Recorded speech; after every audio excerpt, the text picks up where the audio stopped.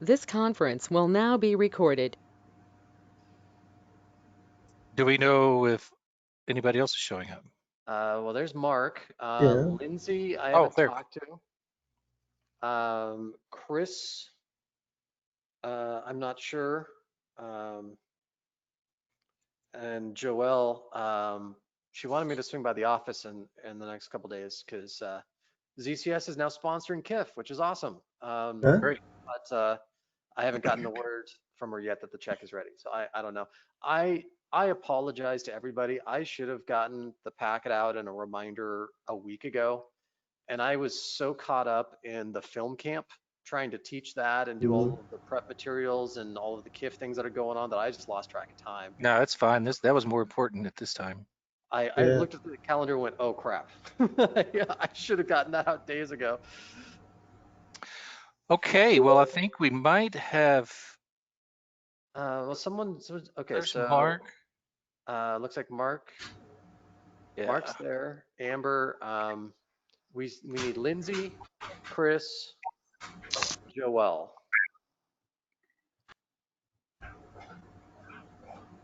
Is You guys hear me? Ann anything? Anne is jumping on a plane Oh, momentarily. I, okay, I, got it. I swung by Smith Bates this afternoon and talked to her a bit. So I had a chance to catch up and kind of see where things are at with her. And I got some orders going through them for KIF stuff. But she may or may not join just for the first couple of minutes. Yeah, hi, Chris here. Hey, Chris, thank you for joining in. Who's Linz, who's on board? we got Mark, Amber, Curtis, Court, myself. So we don't have Lindsay or Joelle, and has a flight tonight, so she's probably not going to join.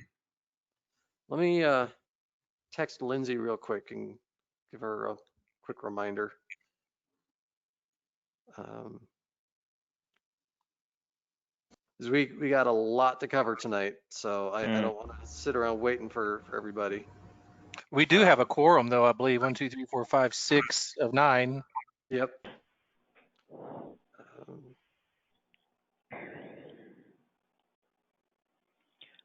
How did the oh, I'm getting some feedback here. Where's that coming from? How did the online camp school go? It was fantastic. It was a ton of work as far as the prep goes. Yeah. Made for a lot of late nights and a scramble to get all the PowerPoints ready to go. We had a couple people drop out last minute for work or other reasons. So we Hmm. didn't have as many people as we wanted, but those that participated, it was very intense. A lot of information thrown their way, but we tried to make it interactive and fun, and it was a really good experience. I've heard nothing but positive feedback from How many all of the. people? Good. We had, I think, 10 or 11 people participate. Oh, that's Um, great. That's more than I thought would actually do it. That's good. I think it's a good amount actually. it was That's a perfect mostly, perfect number for a class, in my yeah, opinion. mostly teenagers with their parents participating as well as something to do from home. Um, and I've heard from both parents and kids since we wrapped it up saying how much they enjoyed it. Oh, that's great. So we're giving them a week to kind of take all of our recommendations and info, and uh, they gave us their rough cuts on Friday, and Hmm. now we're giving them a week to go back and kind of clean everything up. That's great. Well, that I would call that a success then. Yeah, Basically, it got done. that, and we got $9,000 worth of new equipment as well Yeah. Awesome. out of the Yeah. deal. Good.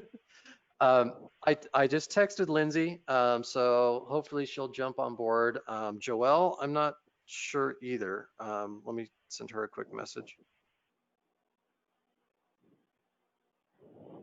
Well, they all got it. If they're not here, they're not here. Yeah. Well, if Joel isn't here, either I need to take minutes or I need someone to take minutes for me. All right. Yeah. I can I can try to take minutes as. Can't you just hit record? This whole thing is recorded anyway. Can't you Yeah, just? yeah, but it's a matter of do I take notes as I go or do I go back and watch another 2 hours of the same conversation I Yeah. just. Yeah. Yeah. You mean you Mhm. don't want to replay it all? So, Curtis, should we go ahead and just kind of get rolling? And if people join, great. And if not, oh well. I did just send a text to both Lindsay and Joelle reminding them that our meeting is starting. Curtis, you're muted.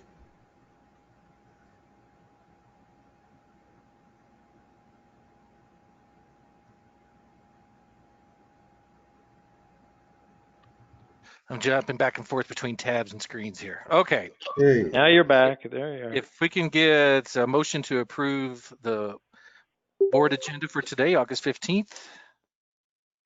August 18th. There's Joelle joining. Okay. Hi, sorry I'm Hi. late. No worries. We were just getting started. Okay, Yep. So good. we got a motion to approve the agenda for today. Second I it. move. seconded. Second.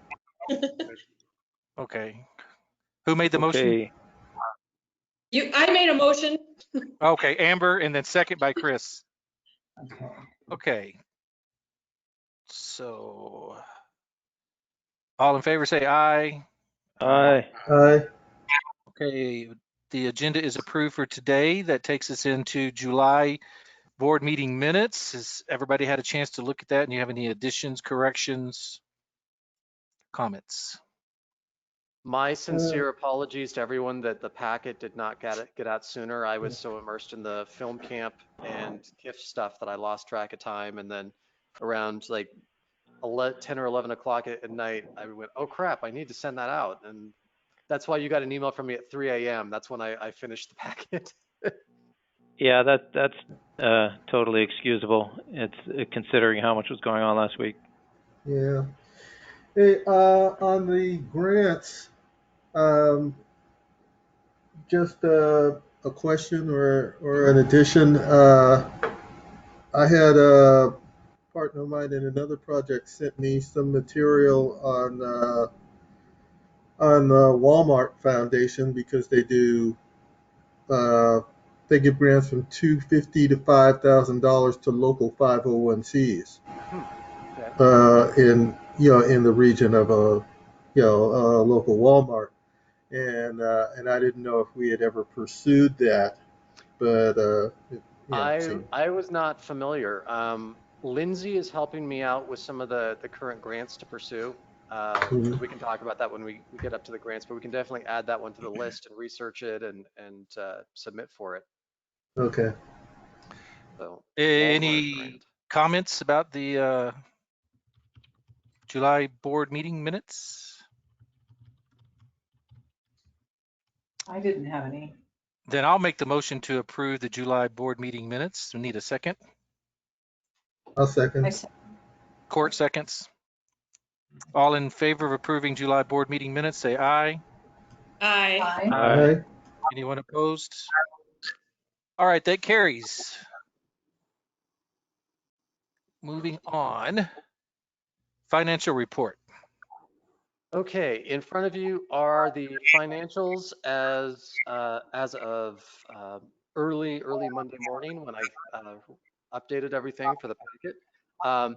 There is a slight imbalance that you will notice between the checking account and the credit card. The reason for that is I've had trouble with Pacific Crest recently, and we are working through it. But our account, even though it had in excess of $20,000 as a result of grant funds and whatnot. Wait, hang on a second there, Kurt.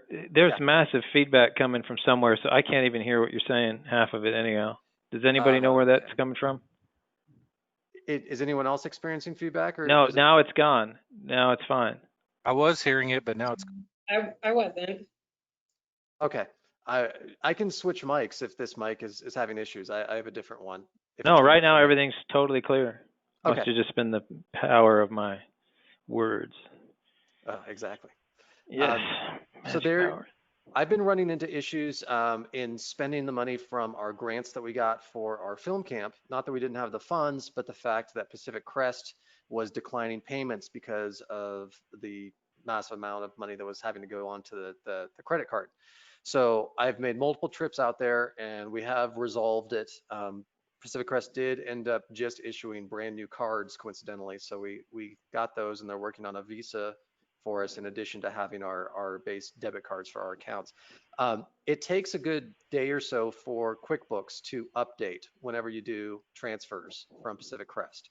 And so Pacific Crest wanted me to pay off the credit card, which normally we do once a month, but instead do it progressively as I was making purchases from our grant dollars to try to balance the zero amounts out on the credit card. So there's about a 2,000 and change transfer right now that at the time that I printed out these reports, it hadn't yet calculated in QuickBooks. So it shows that the credit card is down $2,480.05, and it's actually at zero. So that 2,480 is coming from the checking account. It's just transferred over, and it wasn't being reflected in QuickBooks at the time that I ran the reports. So that's the reason for that. Okay. Otherwise, we are sitting at right now, after spending the $9,000 of film camp grants on new equipment, we're sitting on $14,459 in our checking account at present. That includes money that was given to us by the Klamath County Cultural Coalition. One of the grants that we got for the film camp we did get a check in advance. The other one, the Oregon Cultural Trust, which we will get about $7,500 for, is a reimbursement grant. So we had to spend money first, and then we submit the report, and then they'll give us a check back. So that 14,000 is really about 21,000 once we get reimbursed for the purchases that we made.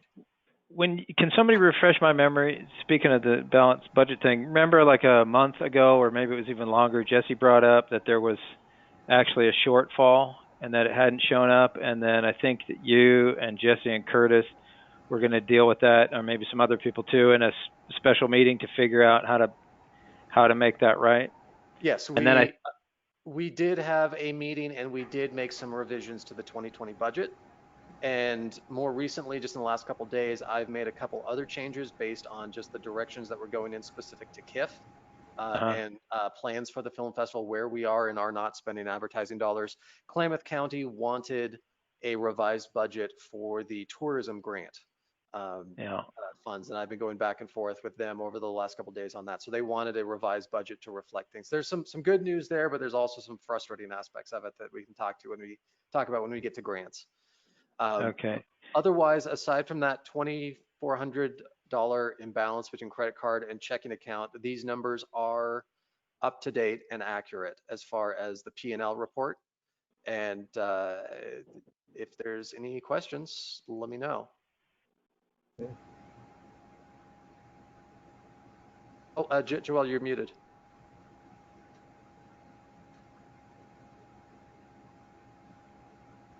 Is she talking right now? Trying to. Okay. Still muted. So I have too many screens open. I got it. So in summary, you feel like we're doing okay for, I know we haven't gotten to the Klamath the film festival yet, but right. I mean, we all know it'll be a little bit less than previous years. Yeah, our donation amounts compared to past years are way, way down. But our grant dollars compared to past years are up, and they're essentially balancing out. The other good news on that is that there's yet another COVID-19 emergency relief grant that the state just opened up, which I will be applying for in the next day or two. I still need to calculate some of the how much of a request we can make, but I've been told and been called directly by several of the grant administrators, hey, just a reminder, you need to apply for this because Klamath Film will basically get it. So we can expect probably a couple more $1,000s coming in that we can apply either to KIF or our general funds in the near future once that fund comes in.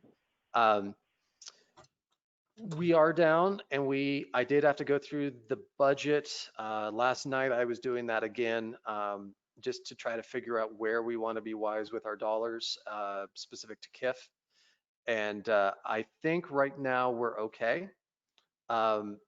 And I anticipate really an increase in ticket sales as a result of our online platform as far as revenue goes compared to previous years. Yes, our attendance is going to be down, understandably so, but I think the amounts that we're going to be able to generate from Eventive will more than balance out, where we will actually make more of a profit this year, and we're paying less. The Ragland is being very gracious with rental costs. The county is letting us use our tourism grant to pay for the entirety of the Eventive platform. So that's going to save us $2,500 right there of using the grant dollars to pay for the entire online festival. And there's some other things that we've looked at as far as the budget goes, where I think we'll be able to save a lot of cash, to where this year's festival won't cost us as much as it has in past years, and maybe run a little bit more efficiently. Okay, so that thing that Jesse noticed, that was resolved though before he left? Yes, yeah. So Curtis, Jesse, and myself, we had a meeting back in, what was that, July or June, Curtis? I When think it we did was that? in June, I believe, or early Yeah. July. So Okay, I thought it was early July, and then I thought you guys were going to send out, and maybe you did. Forgive me if I am forgetting it or if I missed it. That some kind of an update or report of the meeting, and then the Yes, results of that. we had a revised budget in the July packet, and now we have the updated revised budget that Kurt just completed. Yeah. Okay. Okay. So basically, I just want to make sure that this was resolved before he left. Yes, it was. All right. Yeah.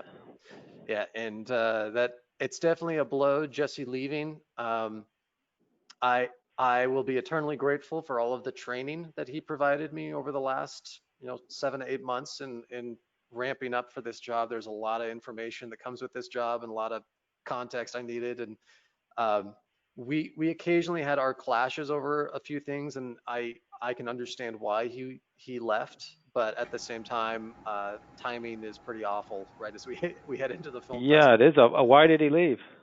Um, he had told me, and I don't know if he had told the entire board or not, that he had intended to step away at the end of this year, regardless, that he wanted to move on and do other things. Um, he felt that at this point, he's done all of the training that was necessary, that I would need to be able to do the job. And so there wasn't much more contribution. We had also clashed a little bit because, well, I mean, everyone here knew Jesse, very good with numbers, very detailed, but had a tendency to inundate me with multiple chapter worthy emails and 3-4 hour long phone calls to reiterate the same things over and over again, going well into the night. And after a while, it was just wasting my time. Yeah. Okay.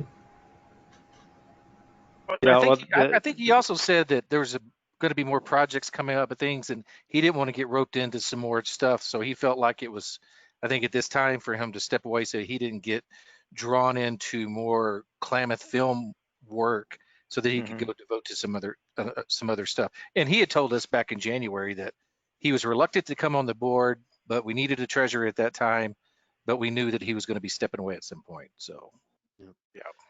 So that okay. does. Yeah, I was really surprised that he left because I thought he was committed to stay on the board. I don't even recall him saying that he wasn't going to continue on with it, but yeah, I mean, everything you guys are saying makes sense too. So Yeah. I guess that's it. So his departure does leave us without a treasurer. I'm not sure if that's something that we need to address in the immediate, or if we can take care of post KIF, because there's so many things going on with the film festival.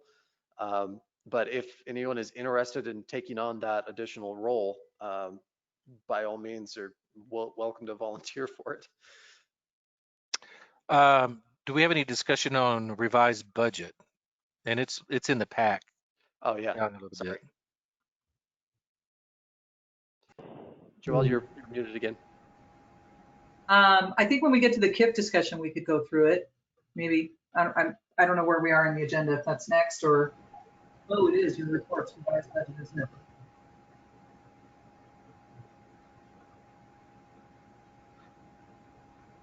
Yes, revised budget is next on the Okay. agenda.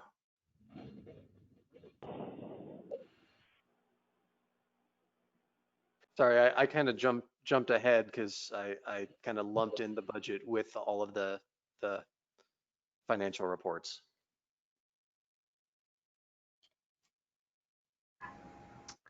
And that's fine. They kind of go hand in hand. Yeah. Yeah. The one thing that we're gonna want to keep an eye on as far as our P&L reports and our overall balance is going to be wages, because this is the point in time when it's a lot of early mornings all day going late into the night for me. And I certainly don't want to break the bank, but at the same time, I'm not Jesse. I don't know how he did this with only 40 hours a week in the lead up to the film festival. Granted, it's taking me more time because it's my first time doing it. It's also taking more time because we're essentially doing 2 film festivals. We're doing an online and an in person at this point. So it's double the fun as far as work going into it. So I'm trying to be as efficient as possible, but I am failing miserably when it comes to time management and being expeditious with everything that's on my plate. I did my time card last night and I'm logging right now in excess of 60 hours a week. And that's in addition to 30 plus hours that I'm doing for the newspaper a week. Yeah, I Yeah, know you. didn't it say in or at least I remember, or maybe my memory's failing me here, but I thought it was that it averaged out to 20 hours a week, but that during the film festival it was going to ramp way up, and that during the off season it was going to be down to 10. So the way I understood that was to expect at least a minimum of 40 leading up to the film festival, if not more. But That was kind of my understanding as well. Early on in the year, I was trying to keep myself down to around, like 10 to 15 hours a week. And right yeah, now, Jesse told me repeatedly, August and September are the times when you should anticipate doing about 40 hours a week, and I'm doing more like 60 to 70 hours a week right now, just with everything that's on my plate. And yeah. part of that is self-inflicted, of course, and part of it is also the fact that we're doing all of this virtual stuff in addition to in person. Is a much larger workload that comes with trying to create both. Well, and so I sort of brought that up with my response about when you sent out that list. I mean, there's definitely stuff to cut off of there. There's stuff on there that just doesn't need to happen now. So I hope you're not spending time doing that. I hope you're not spending any time on the logo thing. That just doesn't need to No, happen now. And no, then, no. for example, having to have somebody screen all the films so the woodcarver guys can make individual trophies. I mean, that's another thing that didn't need to happen. There could be one trophy with a different plaque on it for each film for this year. I saw all kinds of things that could go away there. We can talk about the trophy stuff when we get to the KIF section, but that's all been taken care of. And essentially, all I did was email them the trailers. No, I And know. I'm not. I don't want to talk about this stuff now. All I'm saying is to get your hours down. right. Some stuff's got to go. Yeah, yeah. And there's definitely stuff that I've put on the back burner until after the film festival, just because there's so many things to do with the film fest. And it's nice to now have the film camp over with. That was also taking a big chunk of time, just as far as the Yeah. preparation and creating all the PowerPoints and um, everything that went into the film camp. It was a great experience, but it was a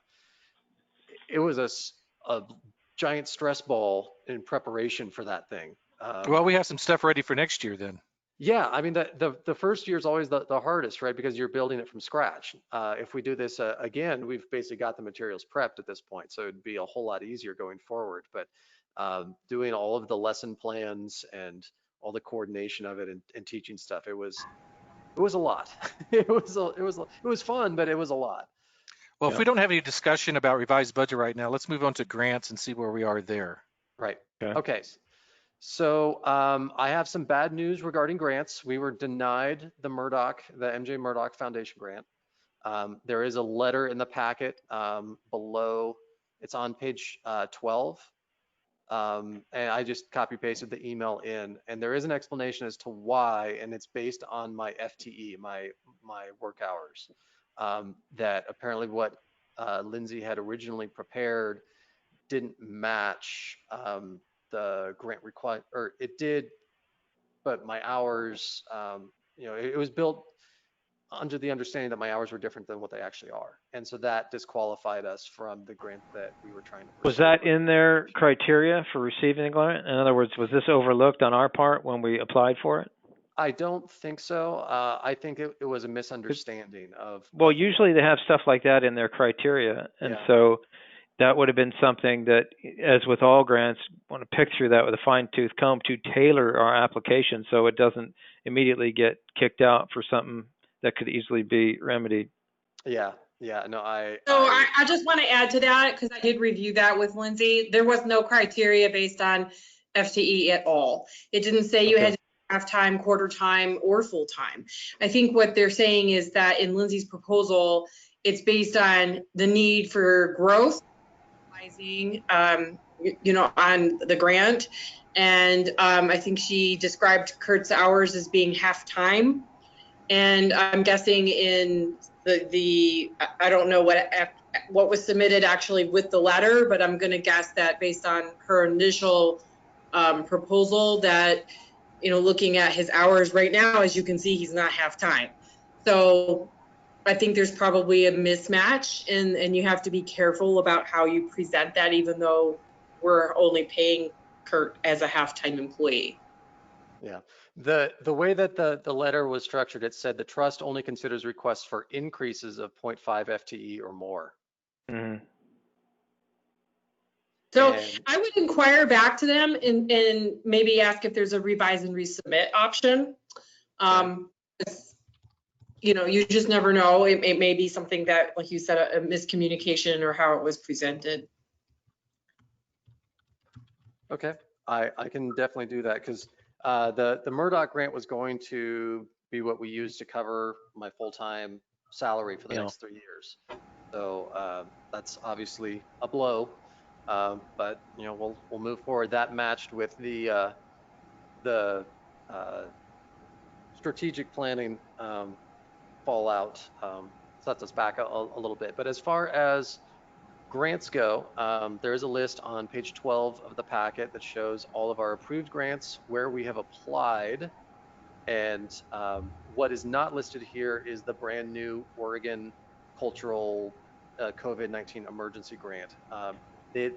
I talked to Rich Bergstrom, who heads the Klamath County Cultural Coalition, and he agreed with me that the way that they've presented this new fund, it's very unclear the amounts that people are eligible for. There's a whole bunch of calculations you have to do for it, so that's why it isn't listed yet. I don't know yet how much we can apply for yet, but I will absolutely apply for the maximum. I will get that in the next couple of days. It's due by August 24th, and they plan to distribute the funds by early September. We will also be hearing probably in early September about the Umpqua Charitable Trust COVID-19 fund, which I also applied for, and I requested $4,000 from that one. I have not heard anything back from them, but they said they would announce that in early September. As far as possible grants, Lindsay is helping me out on that, which is fantastic. I just got a text from her a minute ago saying she's on the road right now. She was hoping to be back in time, but that's why she's not being a part of this call. We will look into that Walmart one that you suggested, Court, but Yeah. we are looking at the Autzen Foundation, the Reeser Family Foundation, the Cultural Coalition grant, and the Academy of Motion Pictures Arts and Sciences grant has a really good one that covers up to $10,000. That would be perfect for the film camp if we do it next year. And that may be easier to just go through as a single grant as opposed to trying to do multiple ones with different criteria and requirements. Just get a 10K flat. And the initial feedback that I got from that one, the Academy Motion Picture Arts one, is that our film camp is right up their alley for the kind of things that they fund. So we will look at that for next year. I did include in the packet, it's page 14, the Coronavirus Relief Fund support application, basically the quick description of it. But I have gone through the criteria of that. I have not started on the submission yet, just because there's been a bunch of other things going on, but I will do that this week. Hey, Kurt, you might want to just jot down a couple of notes. I noticed that Joelle left. Oh, I did not see that she left. Maybe she's having connectivity issues. Okay. Okay. And then of course we are recording it, so I can always go Yeah. back and catch that if there's a problem. Do we have any more discussions on grants? Joel's back. Welcome back, Joelle. I'm here. That was crazy. Computer totally freaked out. You can run, but you can't hide. Now, We were just discussing a couple of the grants options that we should be hearing about soon. I don't know exactly when you dropped out, but we should hear shortly about the Umpqua grant. We're going to pursue Autzen Foundation, Reeser Family Foundation, and a couple others that are listed on page 13 of the packet, as well as the Oregon Cultural Trust Coronavirus Grant program that they just opened up. So I will be working on those in the coming days. Lindsay is helping me out with that as well, which is fantastic. Any help that I can get is appreciated right now. And she's she's doing a lot of the legwork with those, which is great. All right. And if we can revise and resubmit on that Murdoch grant, that would, who knows? You never know. Maybe we can get it. Yep. This job would be a whole lot easier if I didn't have to also do 30 hours a week with the newspaper. So. Right. Okay, let's move to executive director's report. This is just kind of a snippet of everything that's been going on lately.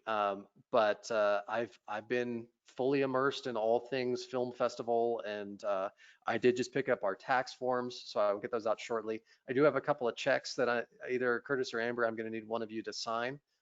Some of them are our awards for the film festival and also our taxes. We need to get our payroll tax check out the door. I've been coordinating stuff with the Southern Cascade Woodcrafters Guild. They are in full carving mode at this point for our awards, which are coming together fantastic. I also have ordered brass plaques that will be mounted onto them. One has the KIF logo, and they sent me a proof of it. It looks awesome as a black brass with gold engraving of the KIF logo.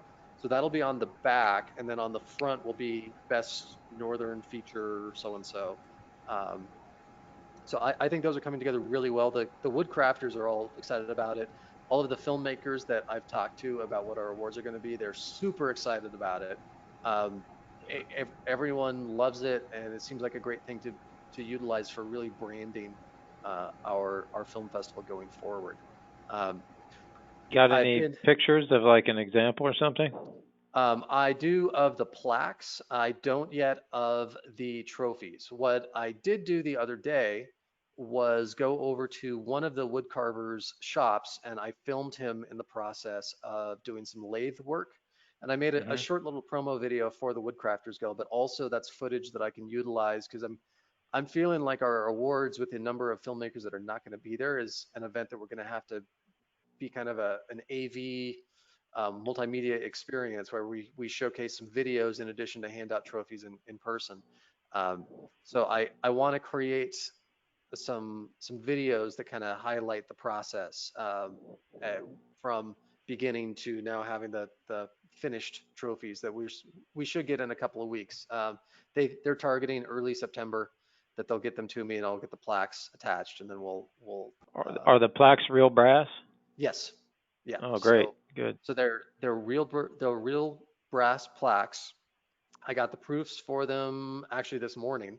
So they're being engraved now, and they'll be ready when the trophies are ready. We'll get them combined. And for the filmmakers who are not going to be present at the film festival, let's see here. The K through 12 winner will not be there. The Southern Shorts winner will not be there. The Northern Features is going to try really hard, but it also falls on his wedding anniversary. And so he's got to convince the wife, hey, honey, is it cool if I leave town and leave you with the kids for our anniversary while I travel to Klamath Falls? Southern Features will be there. Northern Shorts should be there. So we'll have like half the winners there. So we're going to have to mail them out.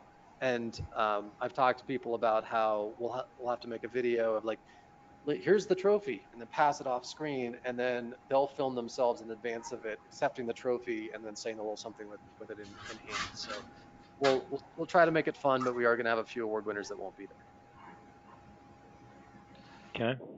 Some of the other things that I've been fully immersed in, as I mentioned, we had a film camp that I was deeply involved with.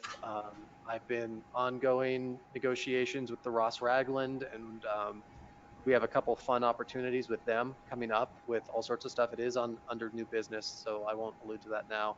I've been doing a whole bunch of equipment inventory because we ended up spending our grant dollars for the film camp.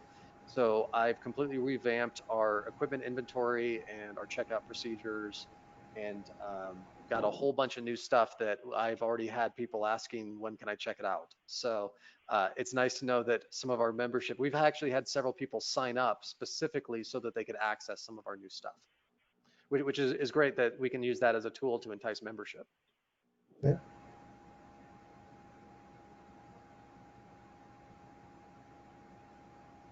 Any other questions about the 1,000 things I'm doing all at once right now for the month of August? I don't think so. Okay, member meetings is next on the list. Old business. For our August meeting, we tried to do it in person at Mia's and Pia's. We had several people come out and they were very happy that we were doing things in person again. Unfortunately, the broadband at Mia's and Pia's failed us miserably. I did go out there a couple days in advance and test it, but I didn't test it during the dinner rush. And I didn't account for the fact that everyone would be on their phones streaming stuff while we were trying to stream as well.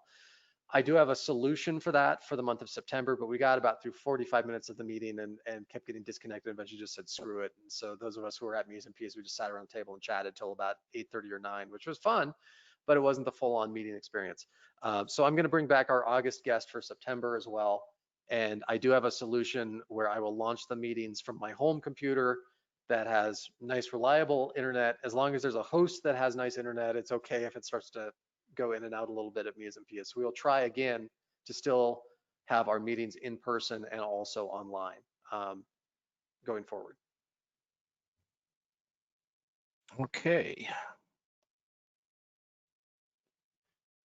Klamath film members. We have seen an uptick in signups recently, which is great. A couple of them are people who just recently moved to the region who are filmmakers or actors, and they are very excited to be a part of the organization. One of them signed up for, I think it may be our first ever Movie Madness Pass, which is the $125 all-encompassing deluxe package.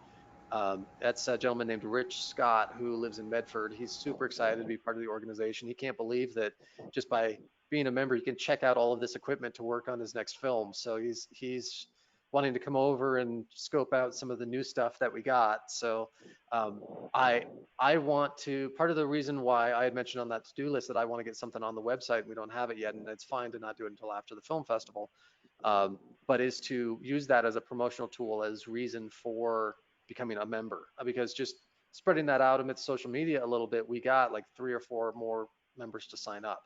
And as more word spreads about the kind of gear that we have now, um, we did spend money on some really nice high-end professional equipment that I think will get more of the advanced filmmakers interested in being like, I can spend 25 bucks and I can get access to this whenever I'm doing a project for the entire year, as opposed to spending $1,500 of my own money.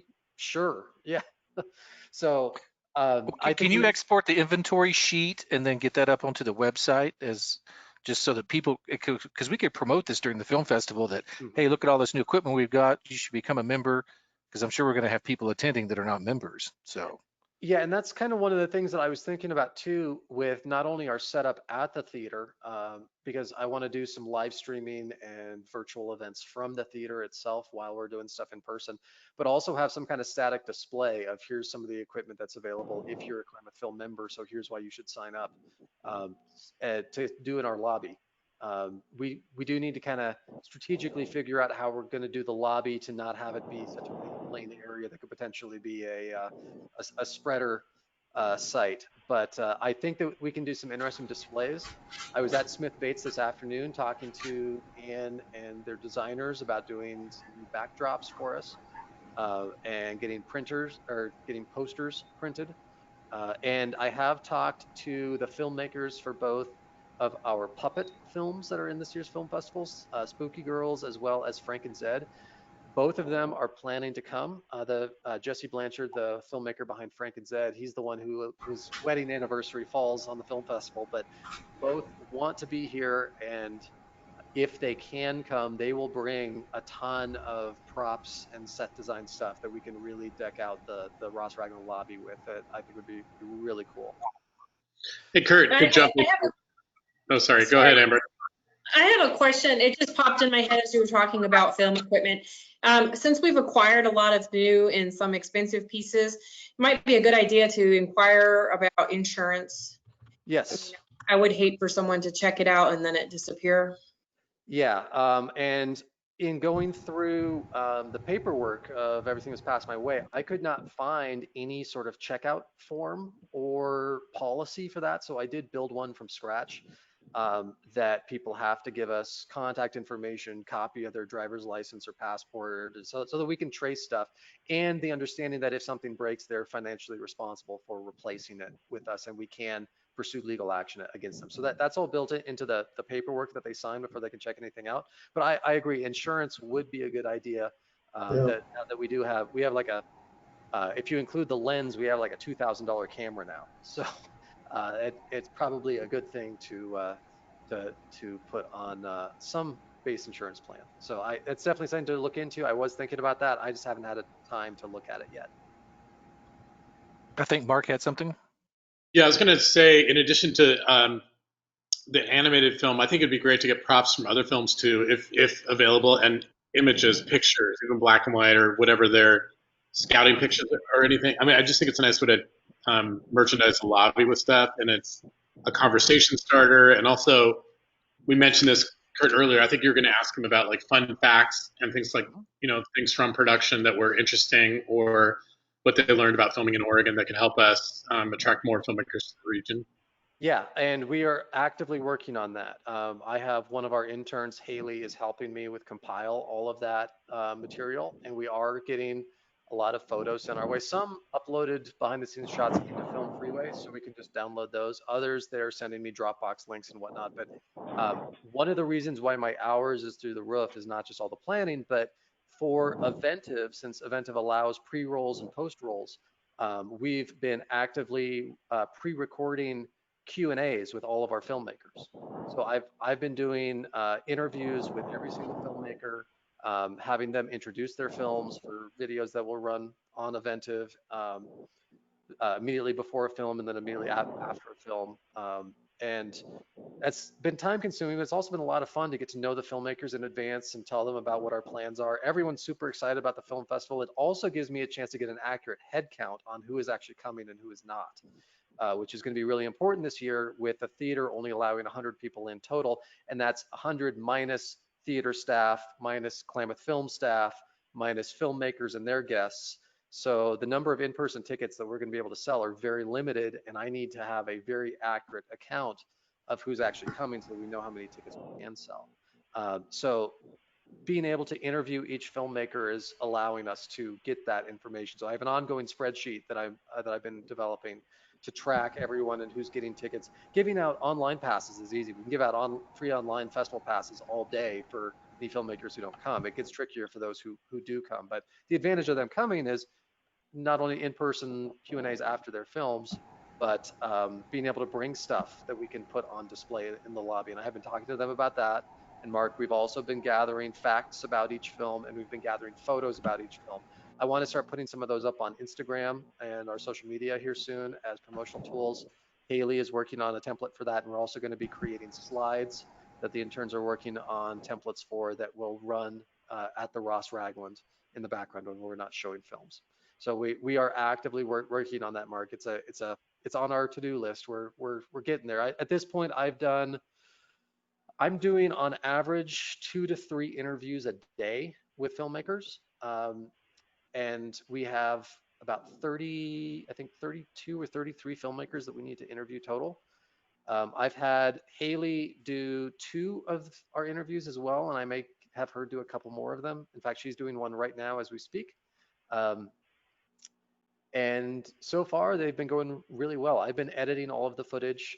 So I do have a bunch of them already on our YouTube channel as unlisted videos. I can send out the links for those for the intros as well as the Q&As. But it's been really fun talks, getting to know the filmmakers. I think they'll be really an enjoyable add-on for our online film festival. Awesome. Thank you. Yeah, I think that sounds great.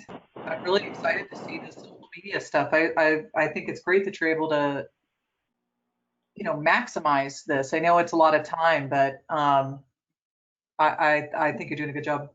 Thank you. Exciting. We have lofty goals and lofty ideas that Scott at the Ross Ragland and I have been passing back and forth. And there's a lot of live streaming things that I think that we'll be able to pull off as long as I can figure out logistically all the equipment that I need. Some will be my personal stuff, some will be Klamath film stuff, but I think we can do a couple of things to combine the in-person and the online aspects together to make it a really fun and engaging event, whether you're there or whether you're just tuning in online. So we can talk about that more when we get to our KIF section. Yeah. Okay. Do we have anything on the event schedule? The one update that I have to the event schedule was Monday afternoon. I got an email back from Ginger Casto saying that the board of directors with the Alger Theater denied the request to open the Alger around Labor Day for a special KIF preview event. So the Lake County idea, Ginger liked it. Everyone thought that it would be great, but that is a no-go, unfortunately. And I can't blame them too much for not wanting to welcome a crowd during a global pandemic, but we tried. Okay. Well, that gets us into KIF, I believe. Online Film Fellowship Oh is no, Online Film Fellowship, the camp. the next thing. Page 18 in your packet. So we had initially 12 people sign up, and we had a couple people drop out once the week started just because of time obligations. Every single day that we did the camp, we had a special guest join us from the industry, which was a ton of fun. Some of the kids involved were a little intimidated by that, and a lot of the kids didn't want to have their webcams on while we were teaching. So it was sort of like, are you actually engaging, or am I just talking to myself here for 2 hours? But the prep work was a ton, but we have it done that we can use again for future years. And I think it's very worthwhile to do the camp going forward as an annual thing. I don't want to do it in August. The way that the timing worked out, that's just the reality of how things played out this year. But this is something that we should definitely do in late June or early July so that it does not directly conflict with the film festival, as the Yeah. last 2 weeks have been miserable on my end, trying to make sure that we executed the film camp and the film festival with everything that has been going on. We got a $500 sponsorship from Klamath Folk Alliance, and I did welcome one of the members, Bonnie Hay, as well as Curtis, came on our Friday session to talk about the symbiotic relationship between music and film, which went over great. Um, we don't have a winner yet from the film camp because some of the kids were kind of scrambling to get their projects done by Friday, and so we told them we would give them a week after we gave them feedback to go back and revise things and if they need to shoot additional stuff and whatnot. So next weekend, we're going to look at the finished films and then declare a winner from that. And that winner will be included in KIF as well as receive a $100 check from us. So that's one of the things that either Curtis or Amber, I'm going to need you to sign at some point. But all of the feedback that I've gotten, I had a lot of the kids that participated, their parents also participated. So whether they were just kind of lingering in the background or they were actively a part of the conversation, I got a lot of thank yous that families really enjoyed the process. It was very intense because we threw a lot of information their way in a very short time frame, but they absolutely loved it because they were looking for something to do while being stuck at home. We were really impressed, Andrew and I. Andrew gave he's the head of the film program at SOU who co-taught it with me. We were really impressed with the films that we did see that were submitted. Really well done, and they took all of our lessons to heart. So whatever we get, whatever we decide is the ultimate winner, we shouldn't be concerned that there's going to be this drastic drop off in quality compared to everything else, because even the films that were rough cuts that they had a day to edit and film came out looking really well. So Good. I was really happy with the results. I'm not sure if that means I'm a good teacher or Andrew's a good teacher or we had students who already knew what they were doing, but even though the numbers, we didn't have as many as maybe we wanted to be involved, I thought that all things considered, the camp turned out fantastic. And even though it was online, we tried to do some fun interactive things. Like I threw in a couple of the photos. It's page 19 of the packet. We had them recreate a famous opening scene from Raiders of the Lost Ark on day one of trying to find props at home that they could use to try to recreate that famous scene. We had them experiment with lighting. We talked about pre-production, planning your shots, script writing, storytelling, shooting, editing, adding music to film. I mean, we ran the gamut of how to produce a film in a week's time, and everyone came out of it a better filmmaker as a result. And I think we maybe inspired a couple of kids who really want to do this going forward too, which would be fantastic. So huge success with the film camp. I think it was even though it was a ton of work, I think it turned out extraordinarily well.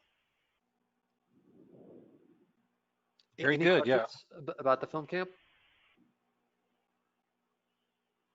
I will, since we're giving the kids a week to, you know, clean up their films a little bit, I set up a Google Drive folder for them to upload everything, and I can distribute that out to the board if people want to see the films. All of them are going to be 5 minutes or less. We reviewed a couple of them in our last session on Friday after Curtis and Bonnie were done talking about music, and we were so impressed with what the kids have done so far. So I'm looking forward to seeing the rest of the projects that come through.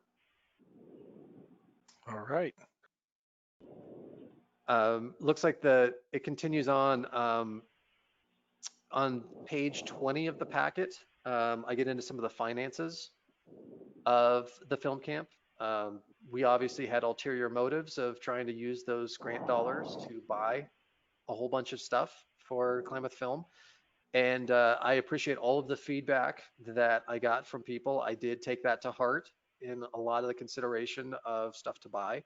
And I also spent a lot of time trying to figure out in-kind donations to really maximize, because the Oregon Cultural Grant was a matching grant. It was up to $7,050 that we could try to match, and we ended up getting to $6,945 as a match. So $50 short. I think that's pretty darn good overall. So we got some donations from SOU. We had some equipment donations from Chris and myself, as well as from treasurers. We were able to use some in-kind time from people to use for to apply towards this. So we came out spending around $8,700 on new gear, thanks to the funds that we got from Klamath County Culture Coalition, and that we will get soon once I submit the final report. Kurt, you're feeding back really bad. I don't know what. I think that was actually coming from Quartz mic. Really? Yeah, Quartz mic is showing feedback. The little microphone was showing that sound was coming from you. Although maybe it's coming from me too. I'm not sure. Okay, let's move on. I think it was Court's mic. It went away just now. Okay. Yeah. So among the purchases, and I have the full list of purchase items that we got from the grants, we were also able to buy some services. So we bought a lifetime subscription to a music library. I am making that available to the kids, but going forward, that means that we never have to worry about spending money on music again for any of our promo videos. So that's handled thanks to this camp. We got Motion Array, we've got GoToMeeting paid for the entire year. Ecamm, which is a live streaming connection service that can tie in with GoToMeeting or Facebook, or whatever. I've been using it a lot. So that's all paid for. Motion Array is a massive collection of stock footage, photos, music, as well as templates for video production. So that opens up a lot more of opportunities. In fact, Mark, some of the graphics that I used in the one promo that I made about our feature films most recently, that utilized some of the stuff that I got off of Motion Array. So that's some of that money coming from the film camp going directly towards some of our own promo stuff. I have a question. Oh, yeah, go ahead. Sorry, before we get too far along, were you able to send like a survey to those who attended and the parents on their impressions for collecting data, and maybe some range of, like, if you were to pay for this as a summer camp, how much would you value this at? Would be kind of useful to know, because moving forward gives you kind of a price point where in the future we might charge for campers. Yeah. There was a survey that we sent out as part of the pre-packet before they joined. And then Andrew and I had talked about, once we declare a winner after next weekend and get all of the films back, then we will contact everyone and ask them to do a post-camp survey to get feedback about what they thought of it, if they would want to participate again, exactly what you're talking about there. So we have not distributed it yet, but that was on the list of things to do as a wrap up of the film camp. Okay, I would say probably not something huge priority since KIF is coming up, and maybe this will be something that one of the interns could assist and create like a Qualtrics survey. Right. Okay. Yeah, absolutely. Just a quick glance over the equipment that we bought. Among the things that we bought, in addition to those services and gear, we also got a new computer. So the computer that I'm using now is actually the official new Klamath film computer. Got a really nice 2019 iMac desktop that I then clocked with an upgrade to 64 gigs of RAM, which makes it a fantastic computer for video editing as well as any sort of meetings, virtual things that we want to do. So I will take this computer around probably to the Ross Ragland to use that as our main live streaming system. But we now have an official Klamath film computer also, so that all of my documentation, everything I'm working on is centralized on one computer system, as opposed to using laptops here and there and bouncing around to a bunch of different places. So, Do we have road cases and casing for our equipment that's getting transported around? yeah, we do have some cases. It would be great to get some harder shell cases for some of the stuff, but and I'm also saving boxes of everything so that things, when they get checked out, they can come back and box as much as possible to, because yeah, I mean, the idea is that other people can use this stuff and it's going to get beat up a little bit, and the more we can preserve it, the better. Okay. Any other questions on the film camp? Let's move into KIF. KIF, okay. Page 24 of your packet has the schedule that we have not announced publicly yet. And the reason why is we have to wait for Klamath County. Their grant requirement insists that their logo be attached to any sort of KIF promo materials that we put out going forward. However, they also require a week of notification, and they can also deny anything. It's dumb, stupid. It slows us down with everything that we want to do, but we have to essentially wait for government to do their thing. I would have put this schedule out a while ago. However, after going back and forth with them and delayed responses, unfortunately, from our grant administrator who was on vacation, turns out the logo use agreement that I signed when they gave it to us in April, they lost. And so I just had to sign a replacement one the other day, give it to them, and now they have to pass that on to the county commissioners for approval, and then they get a week to look at everything before they give us approval, before we can publicly showcase stuff. So that's why we haven't announced our schedule yet. That's why other promo items that we are working on have not come out yet.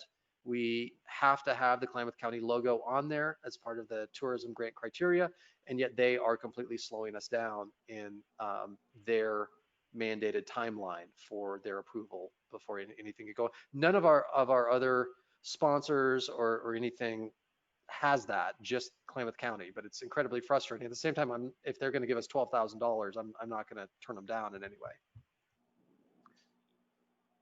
But I did work up a schedule. The one thing that is a major wrench that could mess things up, and this just came through yesterday, our Friday night film, The Last Blockbuster. It just got signed by 1091 Pictures to a distribution deal. So that goes effective December. That film is going to be available on demand and for sale. And that may affect our ability to stream it on Eventive, which should still be okay to show the film, but I need confirmation of that from Taylor Morden, the filmmaker.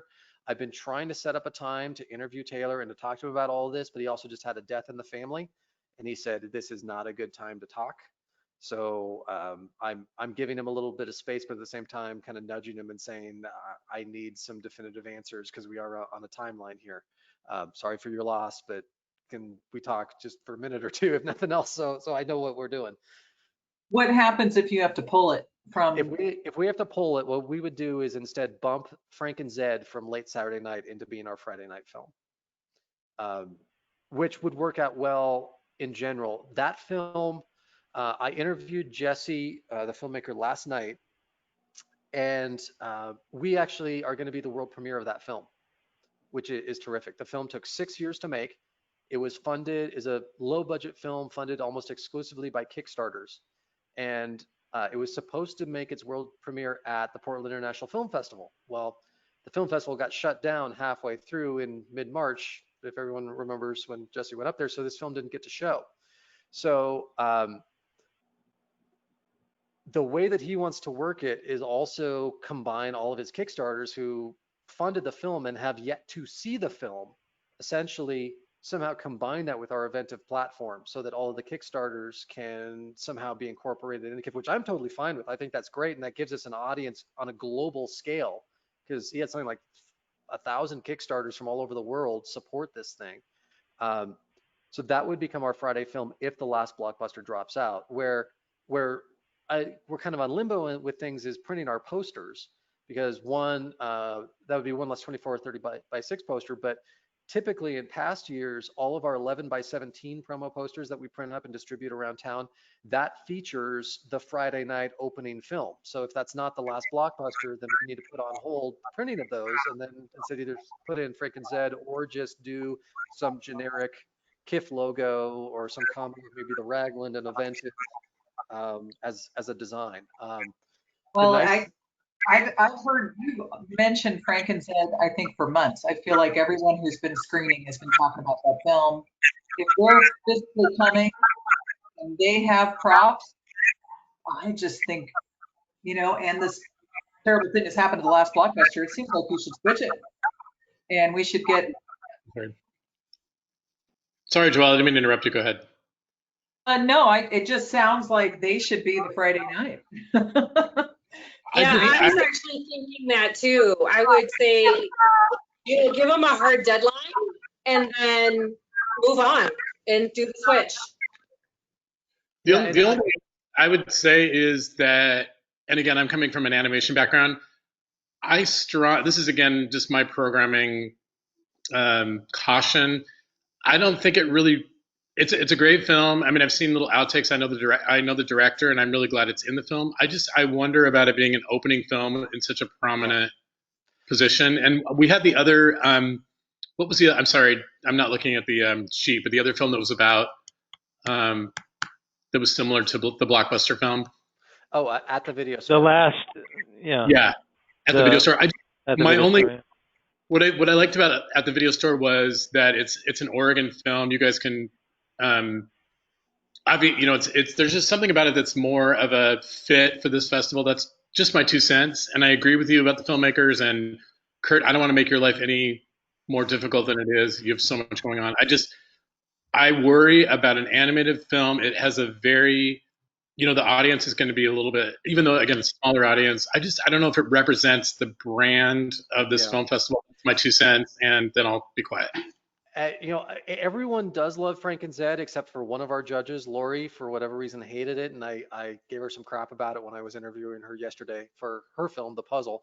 But I don't feel like Frank and Zed, even though everyone has loved it, it's over the top ridiculous gore, and it's intended as kind of a parody of that. But I think it might be a little off-putting for people who aren't big fans of the horror genre. Yes. That it might set a bad taste going forward if that's our big film that we're launching with. I think it fits far better. Because I was talking to Jesse about it last night. I told him, your film is the best midnight movie culture film to come along in years, if not decades. It fits so well into that kind of subculture of people who love to go to like the New Art in LA, dress up for Rocky Horror and throw rice at the screen. It has that kind of off-kilter, weird, zany, over the top, like film aficionados will totally dig this and other people may not vibe of. You want that kind of late night weird subculture crowd to come out, and I think people will love it, but I don't feel that's a good film for us to launch with straight out of the box. No, I don't think so either. I definitely don't think that should be it. Okay. What about your idea of the musician film where potentially you could even have outdoor musicians that people safely could distance after, you know what I mean, before or after the film, if that could be a possibility, because that's more of a festive, all-encompassing film where we really might even be able to eventize it a little bit with if the musicians are there and people can be outside, they can listen to the music that if they can't even enjoy the film, a little bit more sort of a... Well, it's also a family film. It's a film for everybody. Yeah, and that is something that I've been pursuing. My idea has been that rather than doing the in-person street festival type thing that we did last year and that we had talked about maybe doing at Pelican's parking lot, is to instead do an online equivalent of that, like a big giant Zoom call with all of the filmmakers and our sponsors to kick off things from the Ross Ragland. That we incorporate into that some performances. I have talked to several of the musicians that appear in that film. I also interviewed Tiffany Ellis, the filmmaker behind This Is Tim, a couple days ago, and she's on board with trying to solicit some of the performers. I have total confidence that we can get people. The difficult thing is going to get people to travel if we wanted to do it in person. I think it is far more realistic that we have people either pre-record something from their studios or do some sort of live stream performance on Friday night with several of the musicians. We're trying to reach. Tiffany has reached out to Art Alazakis, and I did as well. He's the lead singer from the band Everclear, so Oregon icon, and he appears in the film. He's was recently diagnosed with MS, so he's going through some health issues. But hopefully he can participate. Jim Walker, I've already talked to, and he's down to record something and possibly coordinate others to do some sort of um, online virtual duet type thing that Tiffany and I are both trying to work out. So we're trying to figure out something to do with the musical performers and tie that into our Friday night. That would probably be the better move if the last blockbuster doesn't work out, of putting This Is Tim as our Friday night film and incorporating musicians into it in some capacity. I love Frank and Zed. I absolutely love it, but I don't feel like all of our audience would completely get it out of the box. And it may be that if the last blockbuster is still in, I think that is the film that's going to have the most name cachet out of our entire festival this year, especially now that it has signed this distribution deal. I still feel like that would be our best film for Friday night, as long as Taylor Morden, the filmmaker, is still a go for using it. And Blockbuster has so much nostalgia wrapped up into it. I think it would really set a good tone going forward for the entire weekend. I So just want to add one last thing to that thought. I mean, if we have to make a decision, you mentioned that there were like over 1,000 Kickstarters who were supporting that. Yeah. I'm just wondering if you tap into that as being an opening, you're going to have a really good sized audience, even if it's virtual. Just something to think about, because I mean, if you already have that level of support for that film and they're willing to pay for the virtual viewing of it, that's a lot of numbers to say, our opening film had 750 people. So just something to think about. I understand all of the points everyone's made. I also like the film. See the one about Tim, but, I would support either way. I'm just thinking in terms of tapping into some of that audience might be a number game. Mhm. Yeah. Well, I think even to add to Amber's is, a decision seems to be, whatever, we need to set a schedule pretty quickly so you can start pushing out all this information. And I mean, I love all these ideas of all this pre-show virtual stuff. But no one's going to know about it if we don't start getting people to be plugging in. And if Frank and Zed's at 9, great, let's celebrate it as this is a world premiere of Frank and Zed at 9 o'clock on Saturday night, and blah blah blah. But and if it's This Is Tim on the Friday night, I don't know how you're envisioning doing some of this live. Is it a combo of I don't even know how to how you're thinking of it or how you're going to do it. I mean, are people going to be there in person on Friday? Yeah, so the idea of kind of taking this as a hybrid virtual festival, I have a good idea of it, but I need to kind of test things out. Thursday, I'm going to be at the Ross Ragland, unrelated, well, actually, I guess quasi-related. PBS is doing a story on us, a video story on us and the Raglands, talking about how arts organizations are surviving COVID-19. Okay. So I'm being filmed, and so is Scott, at the Ross Ragland Thursday afternoon, and it's also going to be an opportunity to get into the theater and just kind of do a quick little walkthrough of equipment setup. And this is one of our new business items, but I'm going to be helping out the Ragland with some live streams coming up in the future. And that's also going to be an opportunity to kind of test out gear to make sure that we're good to go come our film festival, that I think we're going to be able to utilize both the screen, stage, and a live streaming platform all combined to where we'll have the audience in the theater, and then we will also have a virtual audience up on the screen participating, where we can run videos, and it can be, like a Zoom style thing that we're running through their projector, and then at the same time live streaming out all of that online behind a paywall. Who do you have people helping you, or are your interns savvy enough to do this, or do we need to hire videographers? We, yeah, but between our interns and some of our other core volunteers, I think we'll be able to pull it off. I Okay. still need to kind of set it up once in there just to kind of do a test run of stuff, which I will do in the lead up, to make sure that everything's good to go, and then make sure that I train people on how to do it, because obviously I can't run it and be on stage at the same time. Right. But Yeah, you're going to be, you've got a ton of just MC work.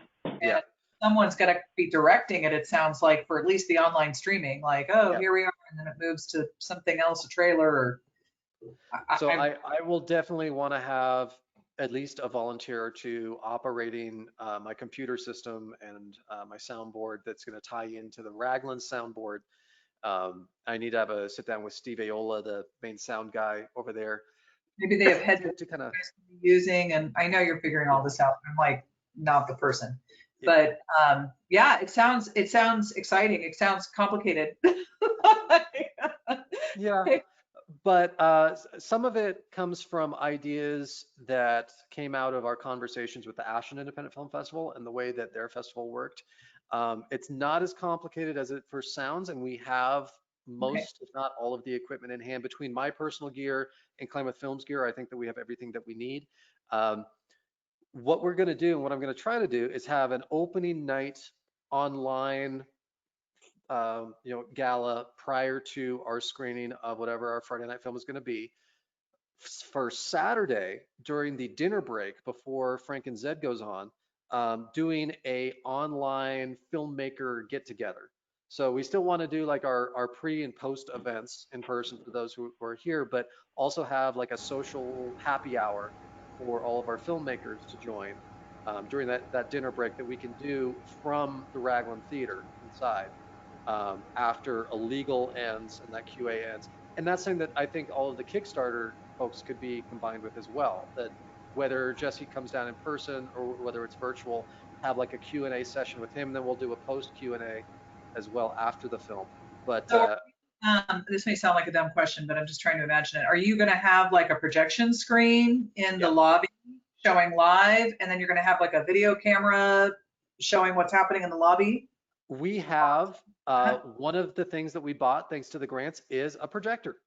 Okay. So we bought a projector screen and a projector. And so that is one thing that I was going to set up by one of the walls was, if anyone is in the lobby, have a live stream of whatever is going on inside. Anytime that we are live streaming, have a live stream running in the lobby, showing what's happening in the theater, and so that whether people are in the theater or not, they can still kind of engage with everything that's going on. So we will have a projector, a screen, a speaker system running in there as well. Okay. Cool. Okay, so I know I'm going to help you. I've always sort of helped out with the gala event. Can you tell me a little bit about what you were thinking? What have you talked with Scott about the setup?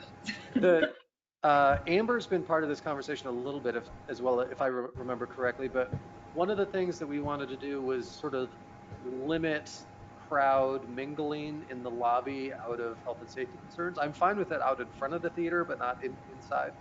So we were thinking that between 24 by 36 posters of each of our feature films on easels, multiple backdrops, and hopefully props from films, we can kind of create pathways that kind of guide people through the lobby as opposed to it being just a big mingle area.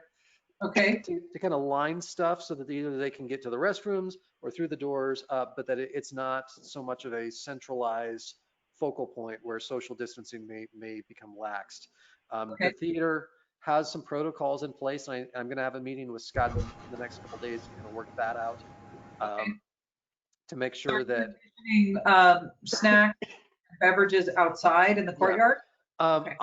I'm thinking that we should minimize our food budget this year compared to past years and do a lot more kind of like finger food type stuff. Still have that, but have it much more minimal than what we've done in past years. I would absolutely welcome your help on planning that out. But in looking at our budgets, some of the revisions that I did for KIF this year for the Klamath County grant, I basically slashed our food budget in half. Well, it doesn't make How, because I'm it's sorry. How can we safely do finger food unless it's all prepackaged stuff? Well, and that would be something with like maybe a paper plate of cellophane over the top, where we're just like everyone gets like the same plate as opposed to like a buffet style. We have just like pre-made stuff and everyone kind of gets something, or I'm not sure what you. I don't know that I don't know that that would be the approach. I mean, I'm pretty cautious, even like going to restaurants, I won't do it. I think prepackaged idea is probably the better one, where it's commercial packaged, and maybe can embrace the whole film lobby idea, you know, with the concession stand and offer free stuff, and then people can buy. I don't even know, are they going to offer popcorn again this year with all the handling? I need to double check on how involved the guild is this year. Normally, the Ross Ragland Guild runs a small concession stand where they sell candy and bottles of water. And then Yeah, I think, I personally think that we should really try to, I mean, it could become a liability. Yeah, I agree. And I think that you could go with prepackaged candy, you know, like the small sized M&M bags like you hand out for Halloween, you know, that kind of stuff. And maybe small prepackaged bags of popcorn. I know that they make those kinds of things for kids' lunches. I don't know. that's a good I idea. don't like the idea. What if we could make a little like grab bag, little fun bag, and little silly things, kind of like how they do at Rocky Horror Picture. So it's kind of fun. We just moved totally away from any kind of. It's not a cocktail party. It's just not going to be that. People are going to be. There'll be a little bit of mingling, but they're not really going to, right? They're going to be getting their passes, signing in. I love that. If we make pre-made bags, Joelle, we could buy that stuff now, and I'd be happy to bag it and put little ribbons on it, and that's what you get. Just put it all up on the counter, and we you know, the beverages or whatever, Ross Ragland, water, I don't know, we just, you know, we could work with the Ross Ragland about that. If they want to sell some beverages, I don't know if they have it to sell, but they just won't be. Something like that, and we just move into that direction. You just pick it up, and you know, maybe it obviously some of the stuff needs to be tied to the film. So when we lock in on the film, we kind of find some fun things that are those snacks, and I don't know, musical light, a kazoo, I don't know. Let me know what it is, and we'll figure it out.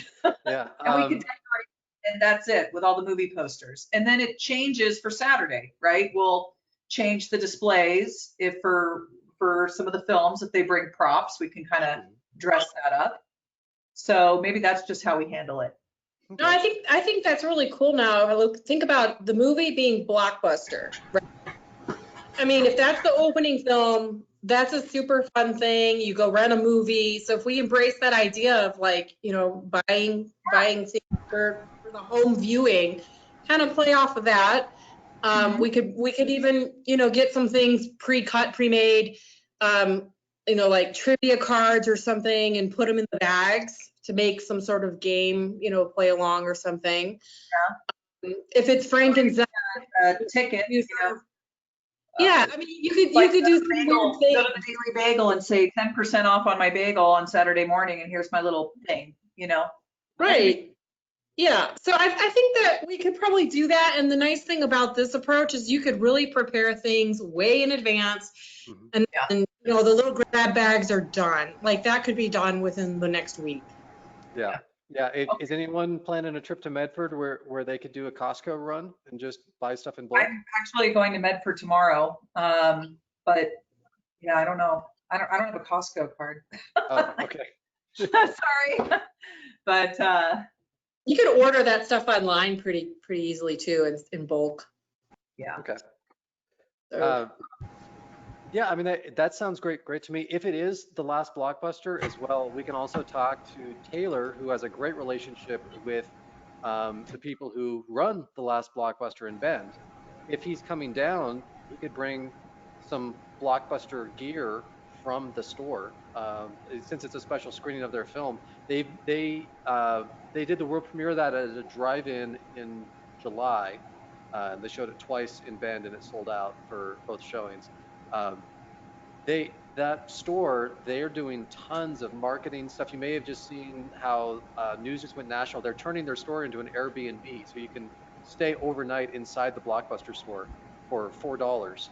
Um, and they're doing all kinds of stuff. So doing something fun with our film festival, I could reach out to them directly, or we could use Taylor as an intermediary to see what sort of blockbuster related stuff we could get for Friday night as for the kickoff party, and then incorporate that into what we do throughout the festival in the lobby. But yeah, I think it to avoid any sort of potential stuff as much as possible. I'm going to have a meeting Thursday when I'm at the Ross Ragland for filming for the PBS thing. I'm also going to talk to Scott about logistics as far as contact tracing and how the guild is managing, crowds coming in. The really difficult thing is going to be ticket sales.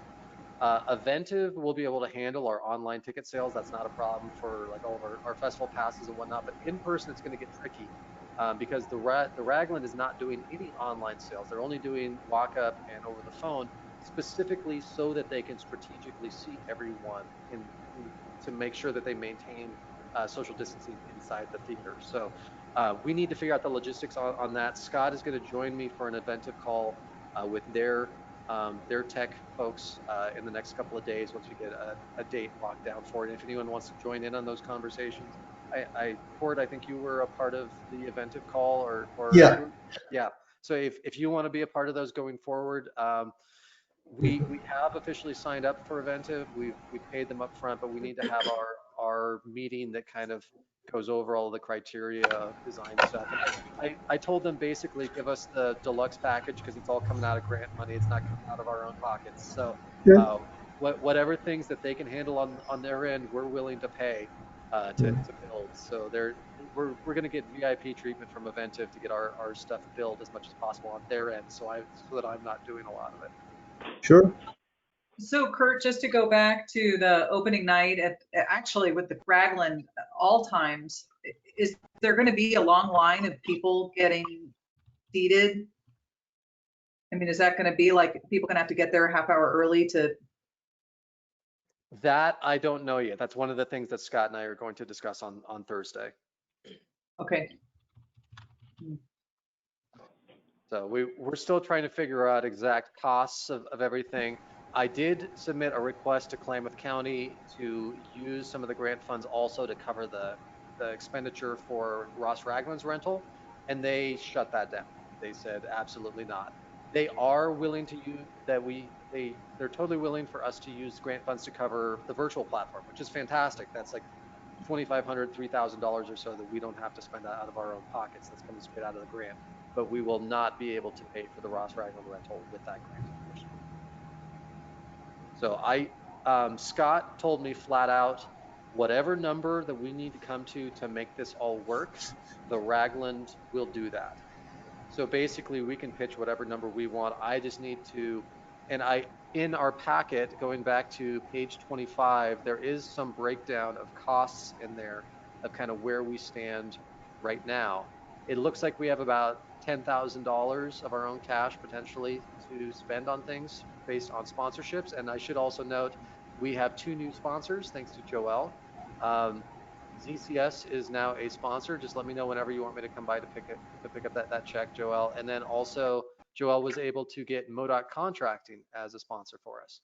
In addition to that, I also, in late July, I ran a little mini fundraiser on social media. My birthday was July 26th, and I decided, you know what, let's just do a Facebook fundraiser and see how much cash I can get. And we raised $365 fundraising just with a, hey, donate to this for my birthday, help out Klamath Film thing. So in a year where every little dollar helps, that's I guess my contribution as a sponsorship. So um, the The other thing is Smith Bates. Even though Smith Bates is not a spending sponsor, and just in the last couple of days, she and I have been going back and forth. They are taking over basically all of our design work. So they're going to be doing our entire program. They're going to be designing our posters. They are currently working on our banner that is going to go up on Main Street in early September. So that is in production now. Um, they are going to be working on new backdrops for us, because one of the things that I got from Jesse, or maybe Joella, is maybe one of the things I dragged out of your basement, I'm not sure, was a photo backdrop. I still have it, by the way. Oh well, I still have the rest of the gear, so we need to get that to you. Okay. Well, there was one that I got that said KIF 2018 on it. I'm like, well, it's not 2018 anymore. This is useless now.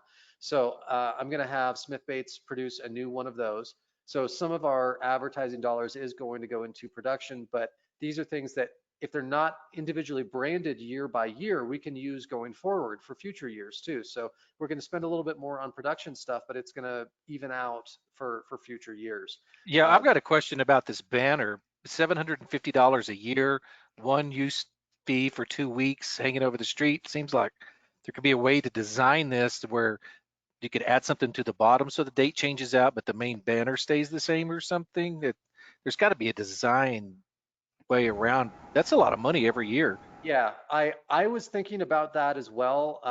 I was thinking maybe there's just like a little Velcro thing that we can slap on there that says the date. But then of course the concern is if we get a windstorm and that blows off, what happens? This year, because of our time constraints, we're just going with a 1 year design. But I think next year that is something that we should really look into. And we can talk to Ann about in more detail about doing a banner that is reusable year after year. Yeah, because it's like the third weekend of September, right? Yeah, So yeah, you could say that. yeah. Is it always the third week in September, or does it vary? That I haven't been privy So to those far. conversations. So, but I do think there is a way that I don't know why Jesse was so hell bent on having something new every single year, but like we ran into this with my business cards. He wanted my business. He was really adamant that my business card specifically said 2020 and the exact date of KIF on the back. And I was like, well, let's just do a generic KIF logo, and then I can use these not just 2020, but next year too, because I'm probably not going to hand out 1,000 business cards just in this year when there's a global pandemic. And he was like, no, you have to have 2020 on there. Well, I overrided him on that. And I maybe that's one of the things that he got upset about, and why he resigned, because there were a couple of things where he was really adamant on doing something and I ended up not doing it. I kept having to tell him, look, I'm not you. I'm not going to do things exactly the way that you did them. So my business cards do not say specifically 2020. They say KIF, Klamath Independent Film Festival, every September in Klamath Falls, or Oregon, something like that. Right. That way, if I don't use all of them this year, I can use those next year going forward, and we can just reprint generic. Stuff like that, I think we could also incorporate. Like the backdrop that I was at Smith Bates to talk to them about today.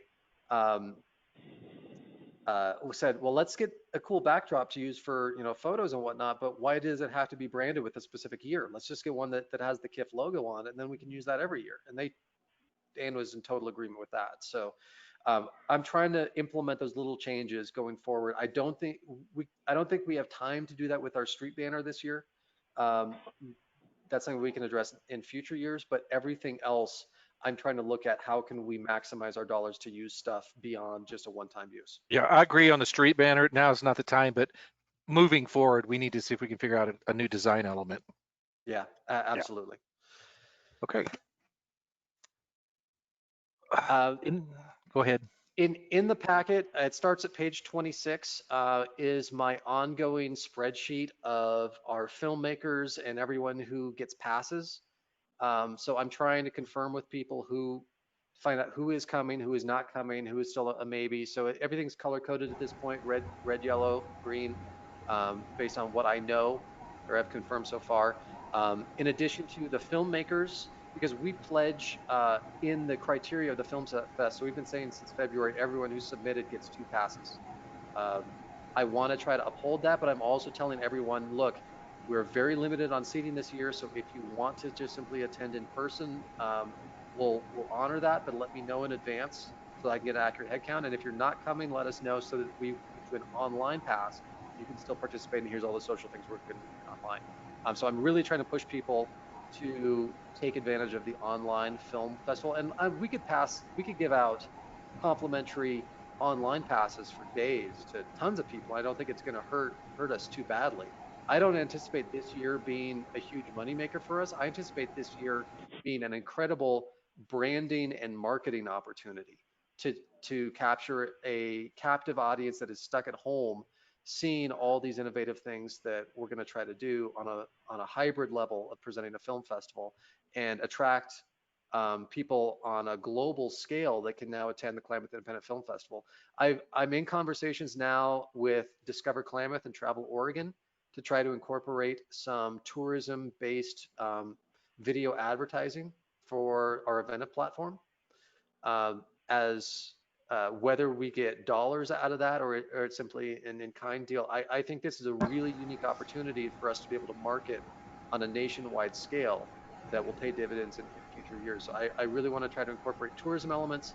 I think we can incorporate a come film in Klamath campaign as part of videos that I will probably produce in the next week or two. I'm talking to James Ivory, Sky Borgman, Bergen Swanson, and Chris Eyre, our 4 famous filmmakers who have come from the Klamath Basin, about recording something. And Jesse made a video with James a couple of years ago at Lake of the Woods where we can repurpose footage of that, of them, all of them touting the benefits of the Klamath Basin as a place to film. So I think that should really be our focus for our pre-roll ads as much as possible. And I think that's going to pay dividends down the line as opposed to dollars right now. I have a quick question, Kurt. For the event,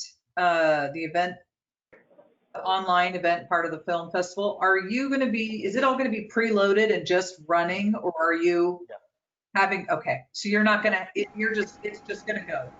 Yeah, you don't have to worry about it after all this front end work. The idea with Eventive is that it uses the same kind of DRM encryption as Netflix, and essentially the entire festival becomes an on-demand thing. So it's behind a paywall, and once people buy a virtual ticket, then they have access to the entire festival that they can watch at their leisure online during the days that it's active. We could say that even though our in-person festival runs the 18th to the 20th, that we extend the online festival for a week out so that people have more time to watch. I mean, we can make it active for as long as we want to. That may be a good move if we get further crowd restrictions come down from the state, further state mandates. At any point, Governor Brown could announce something and our entire in-person plan goes out the window. So and, what are we charging per film? Is it, how does? I have not made that final determination yet.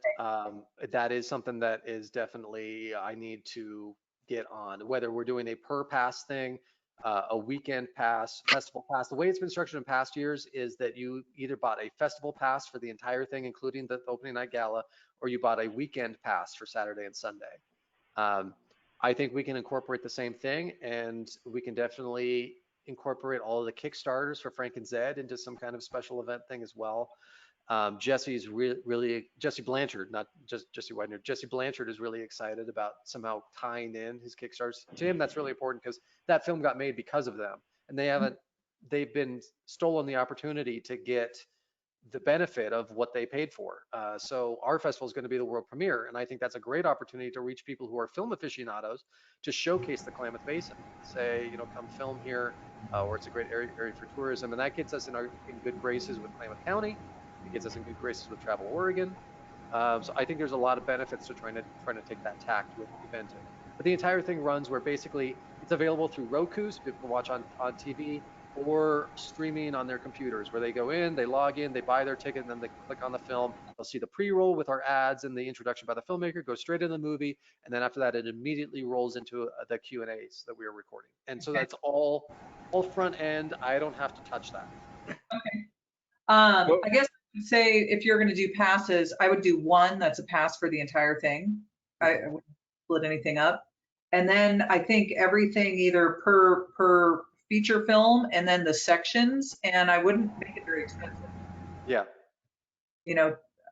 we talked about even doing this potentially free. I think you could ask for a few bucks and it would be effortless for people to do that, plus probably help us keep track. Yeah, with the restrictions that we're going to have on in-person, I mean, figure 100 people inside the entire facility. The Ragland, according to Scott, they'll have maybe 10 people there, so that's 90.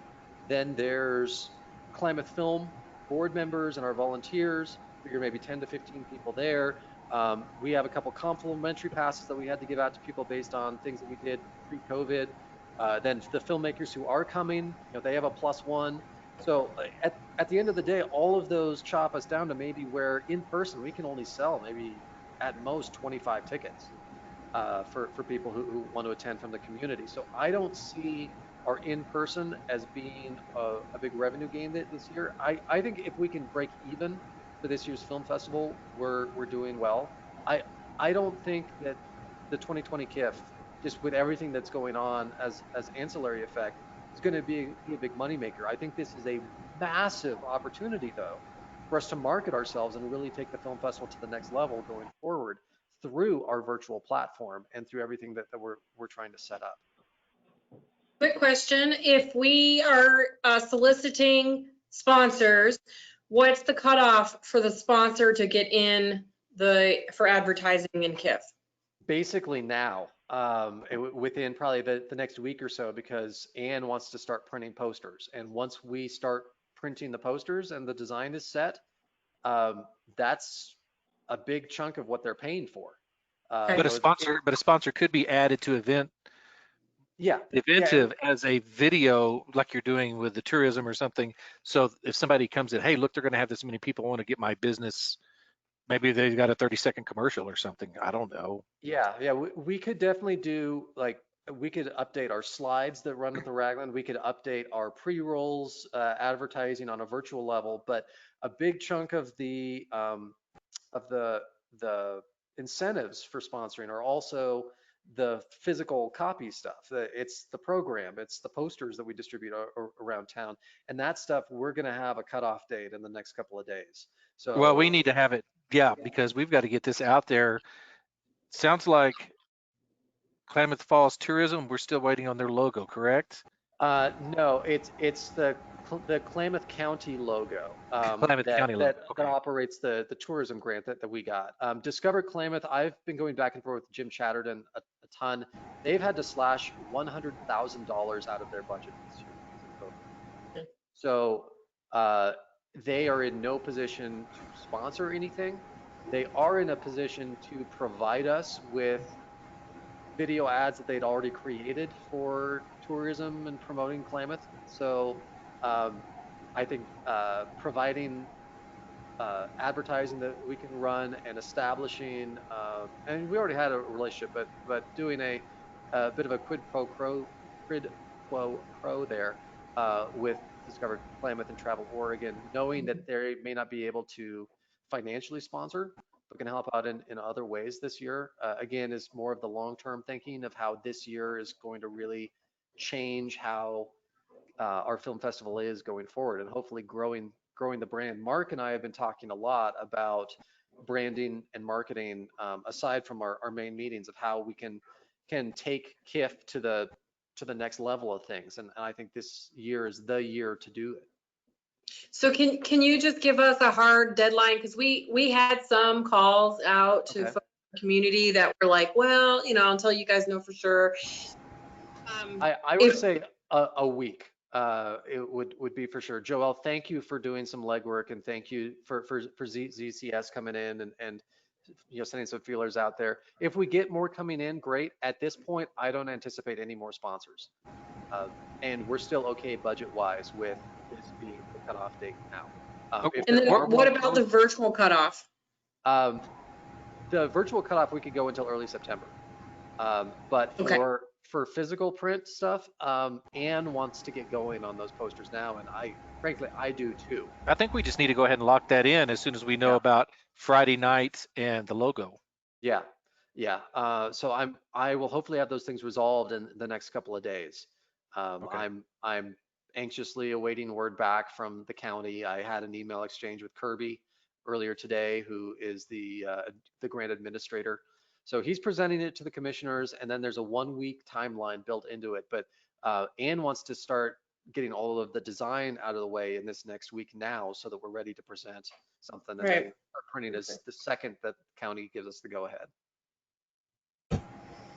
So has there been any discussion about a ticket price of $10 for, or $5 for a feature, or 25 for a weekend pass, or was there any discussion with this that we've kind Yeah, of got a price structure? yeah, we could go off of the exact same numbers that we've done in past years, but I don't think, I mean, 2020 is such an anomaly. I think that we need to, if anything, reduce that price point. What if we just cut everything in half? Yeah, I'm fine with that of saying half price this year, and then for Klamath Film members, that's even more of a discount because they have to get their membership dollars in some way, or maybe we prioritize of saying Klamath Film members get first dibs at in-person tickets, um, and then from there anything that's left over we then open up to the public. I think that's important that the members feel that they're getting something. Yeah. To public tickets. Okay, I will make sure that we announce that. Maybe that's added incentive for some people who really want to be there in person but we're going to be so limited on the number of seats that we have in person that I think all of our focus should be trying to push people towards Eventive to watch the festival online as much as possible. And that's why I'm trying to put in all of this added effort of online social aspects of making it a fun, interactive virtual experience because of just 2020 the way it is. Um, we're not going to be able to sell a lot of tickets. So I'm fine with just saying, look, it's 2020, it's a weird year. If you can be there in person, great. We're going to reduce the ticket costs from what they were in past years, and we strongly encourage you to participate on Eventive and set a flat rate on that. I'm waiting to hear back from Eventive on when all their programmers are going to be available for a meeting, but it should be sometime later on this week. So as soon as I know, I will send out that invite to the board for anyone else who wants to join in on the conversation. Court, since you were part of the pre-conversations, that'd be Yeah, great if you could be a part of it. And anyone absolutely. else wants to be involved in those conversations, by all means, you're welcome to be a part of it. But I think once we get Eventive squared away, and figure out how we can incorporate Kickstarter into that for the Frank and Zed folks, and how we can do complimentary passes through Eventive for all of our judges and our board members and everyone else who's getting comp tickets. Then we can get a better idea of exactly what to charge and then publicly announce that. Okay. Yeah, that would be good because I think people would probably start buying pretty close Yeah. Labor Day if they know about it. Yeah. Clock is definitely ticking. I want to get on that. Just right now, everything unfortunately is getting held up with the stupid Klamath County logo thing. So I'm trying to do as many things I can right now while awaiting for that to kind of come through. If you scroll through the packet, for those of you who have it in front of you, I included in there last year's programming checklist, and this was just Jesse's process for how to go through things. I am using this again as a guide. Not necessarily all of it applies to this year, but just so that we know roughly where we need to be. Right now, essentially, we're sitting on that at least 4 weeks prior to event section. So we're doing okay as far as this checklist goes. I haven't done everything from the 5-week list, but I'll be able to in the coming days. Some of the things like testing the Wi-Fi at the Ragland, because I'm actually going to be streaming an event at the Ragland coming up August 27th for them, and that's with the newspaper job, but it's an opportunity to also double up on some of this planning stuff. Looking at page 30 of your packet is our official award winners. So these are based on our panel of judges. We had 3 different panels of judges, our initial judges. Then we had a programmers panel. And then beyond that, I put together a 3rd panel of just awards folks. And that was Anna Nicholas, Chairman Barnes, and Bergen Swanson, who are all Hollywood connected, longtime filmmakers, screenwriters, actors, etc. So we have some name recognition in the folks who determined our final winners on stuff, which is great. So that's going to be part of our program. The winners that absolutely have told me flat out they are not coming, I have informed them that they won, but told them to keep it top secret. The reason being is that we need them to film themselves receiving the award in advance so that they can prepare to have a video ready to say, hey, thank you so much, with the trophy in hand once we have the trophies ready to go. So of those, Looking at it, Best Southern Feature, Illegal by Nick Alexander. Nick is moving to Klamath at the end of this month. And so he is very excited to be there. He will absolutely be there. Frank and Zed won for Best Northern Feature. Jesse is trying to come down, but he doesn't have an affirmative answer yet. Best Southern Short, way to go, Kathy Roselli. Kathy is not coming, so I will be sending her her award in advance, and she knows to film something, and she's already tested out her camera gear at home to make sure that she can do that. Um, the Spooky Girls was our Best Northern Short winner. I have not had a chance to interview them. I did have an email exchange with Jason Thibodeau, the filmmaker, yesterday. He's been out of the country and out of internet connectivity for some time, but he's just now getting back in, and we'll be able to get all that squared away soon, find out for sure whether or not he's coming. And the Sandcastle is our K through 12 category. Everyone thought that the parents made that and just slapped their kid's name on it. I did an interview with the 6-year-old who made it, and the 6-year-old absolutely made it, and I am incredibly intimidated by that because she made a better film than I could. She said that her class did a road trip to OMSI, and at OMSI they had a little stop motion animation station there where you could make a little short film, and she was so inspired by that that when she came home she made a film at home and took something like 7,000 photographs on the family kitchen table to produce that film.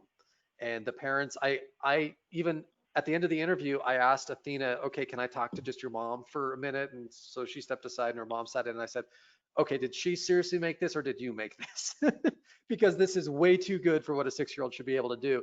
And she got the shock look like, well, her grandpa recorded the music and I helped her with cutting out some of the paper, but that was it. Like she was adamant that she wanted to make this, and when Athena gets her mind set on something, you don't stop her. So I was like, okay, the 6-year-old made it, but I had to ask because we really questioned whether a 6-year-old made this because it was so good. Um, but Athena will not be attending in person, so they're also going to be filming something. Where are they? They are based in Ashland. Oh, that's too bad that they can't attend. Yeah, yeah, and it's purely a health thing. And same thing with Kathy is also in Ashland. They would love to be here, but they said just out of health, we're not going to travel. And I'm telling every single person that I'm interviewing, let me know whether you're coming or not. You don't have to tell me right now, but soon. And second of all, I'm not going to guilt trip anyone who doesn't want to travel during a global pandemic. So if they don't want to come, I'm not going to force the issue. Well, you can't anyway, but I'm just surprised. Yeah. I mean, it's less dangerous than going down to the local grocery store, I think. Yeah. Well, we're trying, and like I said on Thursday, I'm going to have a big meeting with Scott where we talk about safety protocols and figure out what sort of contact tracing that we're going to do and everything else that we can do to make sure that it's as safe. Well, as what about possible. having somebody set up to read temperature? You know, if Yep. Yeah. I want to have an at the door, no touch temperature meter before anyone sets foot inside the facility. That's one of that'd the be things I'm great. going to be really adamant about with Scott. Good. Do we have any other questions about KIF? I realize I I went don't. over a ton of stuff, but we have a lot of things in the works that I'm working on. We have a lot of grandiose plans that I'm really hoping technology doesn't fail me. I was going to suggest, since we're getting a little short on time, got some stuff to Yeah. do. Could we know we've got the new equipment in, and you've created the new list. Maybe we could skim over that, and we know you're doing the live streaming at the Raglan, and you can report back to us on that after that's taken Well, place. I can summarize both of these new business things in Okay. like a minute or two. Okay. So, I mean, this will be really easy to fly through. All of the new business stuff should take no time. So if there's anything else KIF related, I think we still have a couple minutes that we can touch on things if people had other ideas. Let's move on.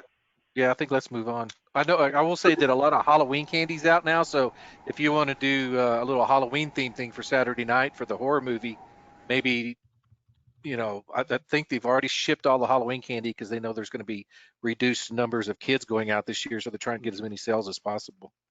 I can definitely talk about that. Jesse was super excited. Again, if he comes down I talked to him about all of our different live streaming ideas, and he wants to incorporate his Kickstarters. That's what he's really adamant about.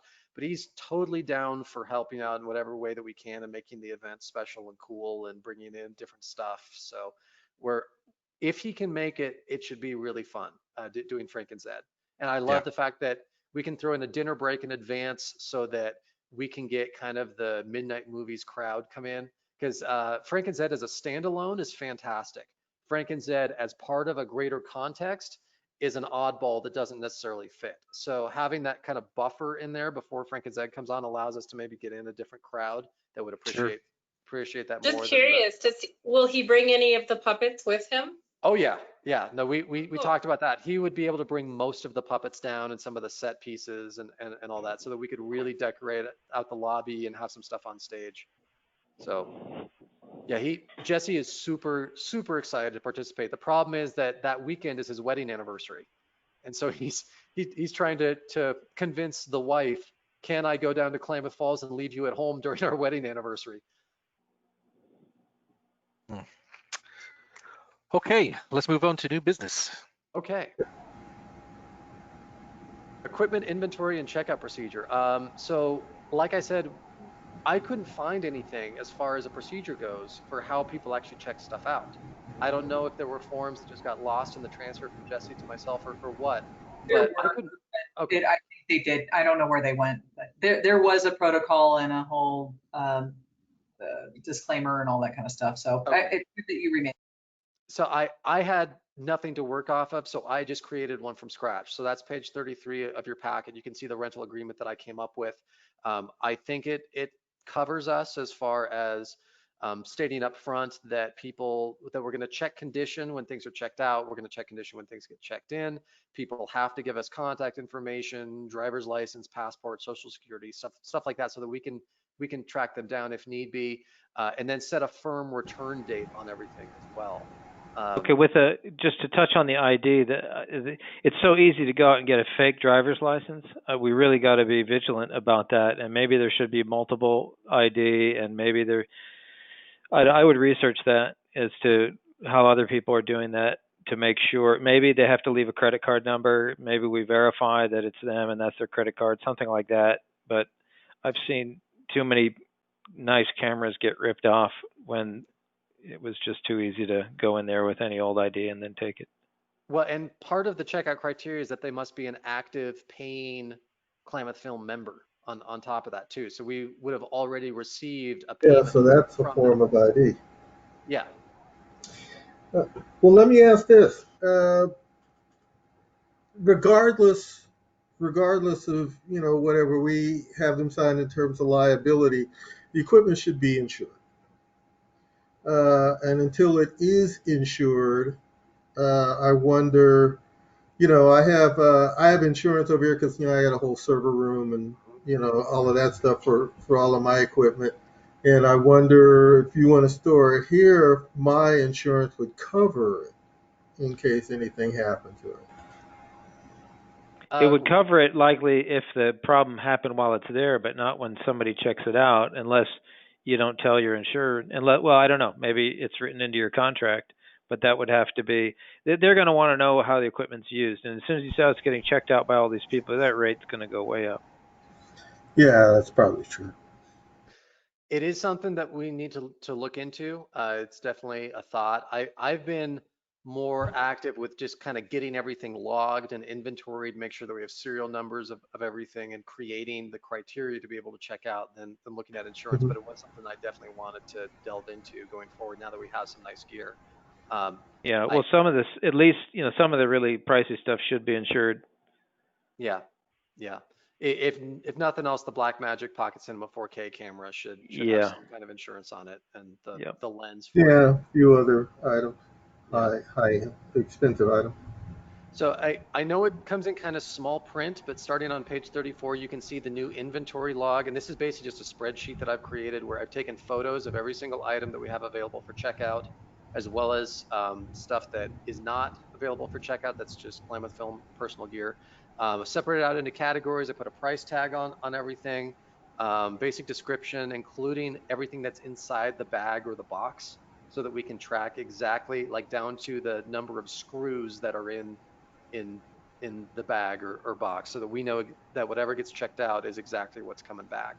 Um, so I felt like, based working off of the old spreadsheets that were passed my way from Jesse, that we were kind of missing things as far as keeping track of all of our stuff. And so I thought this would be a better way going forward. It has a check-in and a check-out date on there and a verification of who's signed off on it and all that.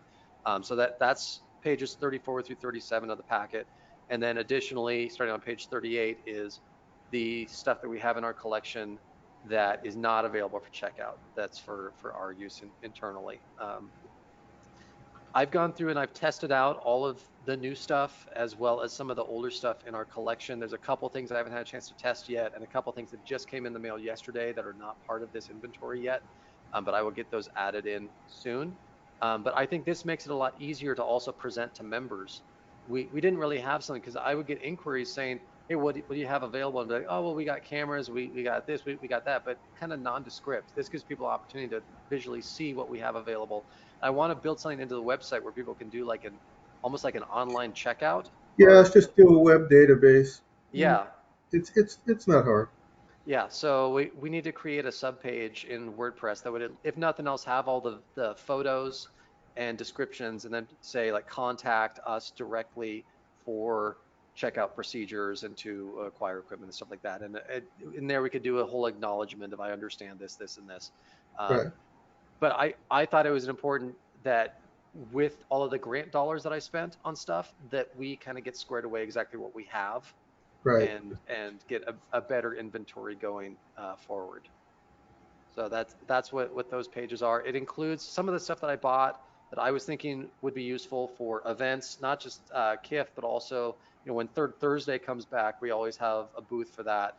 So having a projector screen and a projector, having backdrops, having different types of lighting, different types of stands, different types of microphones, cables, monitors, multiple cameras for beginner, intermediate, and advanced now. Um, Equipment that allows the capability for live streaming. So we, thanks to these grants, now have a wide variety of gear for our own use as well as for people to check out, which is great. We're just within the last couple of weeks, um, multiple levels above where we were equipment wise. Good. Any questions on as far as the equipment stuff goes? Yeah. No. Okay, well, I can go through the live streaming stuff super quick here and then we can Okay. wrap up. Hey, look, we'll probably actually wrap up on time. I'm sure that makes Joelle happy. Um, so as part of the conversations I've been having with the Ross Ragland going forward and really trying to establish a great relationship with them, one of the things that has come up is, I feel so bad for Scott he stepped in as the new director in February and then COVID hit in March. Uh, Everyone that's running an arts organization, yeah, we're all dealing with this crap, but it's really unfortunate he stepped in and then their entire season went to hell. So we're trying to figure out ways that we can collaborate going forward and having a great partnership between Klamath Film and the Ragland in the future. And one of the things that we've been talking about is figuring out what we need to be able to live stream events as well as film and archive their events that could then figuring out how maybe Eventive, we could maybe share costs of that going forward for both Klamath Film events. And we've talked about in past meetings the type of things we could do beyond just KIF for that. And then at the same time, the Ragland also incorporates some kind of live aspect to their presentations, because who knows how long this pandemic is going to last. And they are going to have limited ticket sales for their events going forward. So they're planning to play September 10th through the 12th, and they're going to be limited on the audience for those 3 days. And they're doing a Light the Tower campaign on August 27th, where they've done all these renovations to the theater's spire. So I'm going to be live streaming that for the newspaper and for the Ragland. That's going to give me an opportunity to also kind of test out their broadband and their live streaming capabilities that we'll be able to apply towards KIF. And I've also been contacted by Katie Herman Ebner here in town. Those who don't know, one of our teachers in town is a former Miss America. She was Miss America 2001, 2002. And she now teaches at Triad. She's an opera singer. And a former SOU teacher who just recently moved to Denmark is a really accomplished classical pianist. And so Katie and Christy are going to be doing a concert at the Ragland November 8th, called Virtuosa Society. And the idea is that we're going to live stream that and also film it for an archive video that they can sell behind a ticket wall. And do it as a multimedia performance event. And this is a great way to incorporate some of our filmmakers into it. Our idea was that for each of the performance basically is profiling female classical composers and shedding light on female composers that maybe have been lost to time and haven't been well known. And so I'm going to create short little 30-second to a minute long mini vignette documentaries profiling each of the performers that they're going to highlight that will run during the show on a screen behind them. And then they wanted, and I thought that this was a cool idea, since they're going to do 10 to 12 songs in the performance, divvy out those songs to Southern Oregon filmmakers with an emphasis on female filmmakers. And I've already talked to SOU and Andrew Gay about soliciting a few folks, but also get some of our Klamath film members to do their own video interpretation of each song that will run in connection with the performances. So the entire thing will be a multimedia performance. It'll be Katie and Christy on stage with us running a multi-camera setup, which we have the capacity to do now, of a multi-camera angle live stream as well as recorded performance that people will be able to see up on screen for those who are at the Ragland, which will be a very reduced capacity audience, and for those watching around the world that we will be facilitating. I think it's a really cool event. It gets our local filmmakers involved, and we'll get 10 to 12 different short films from people where they all do their own interpretations of the music.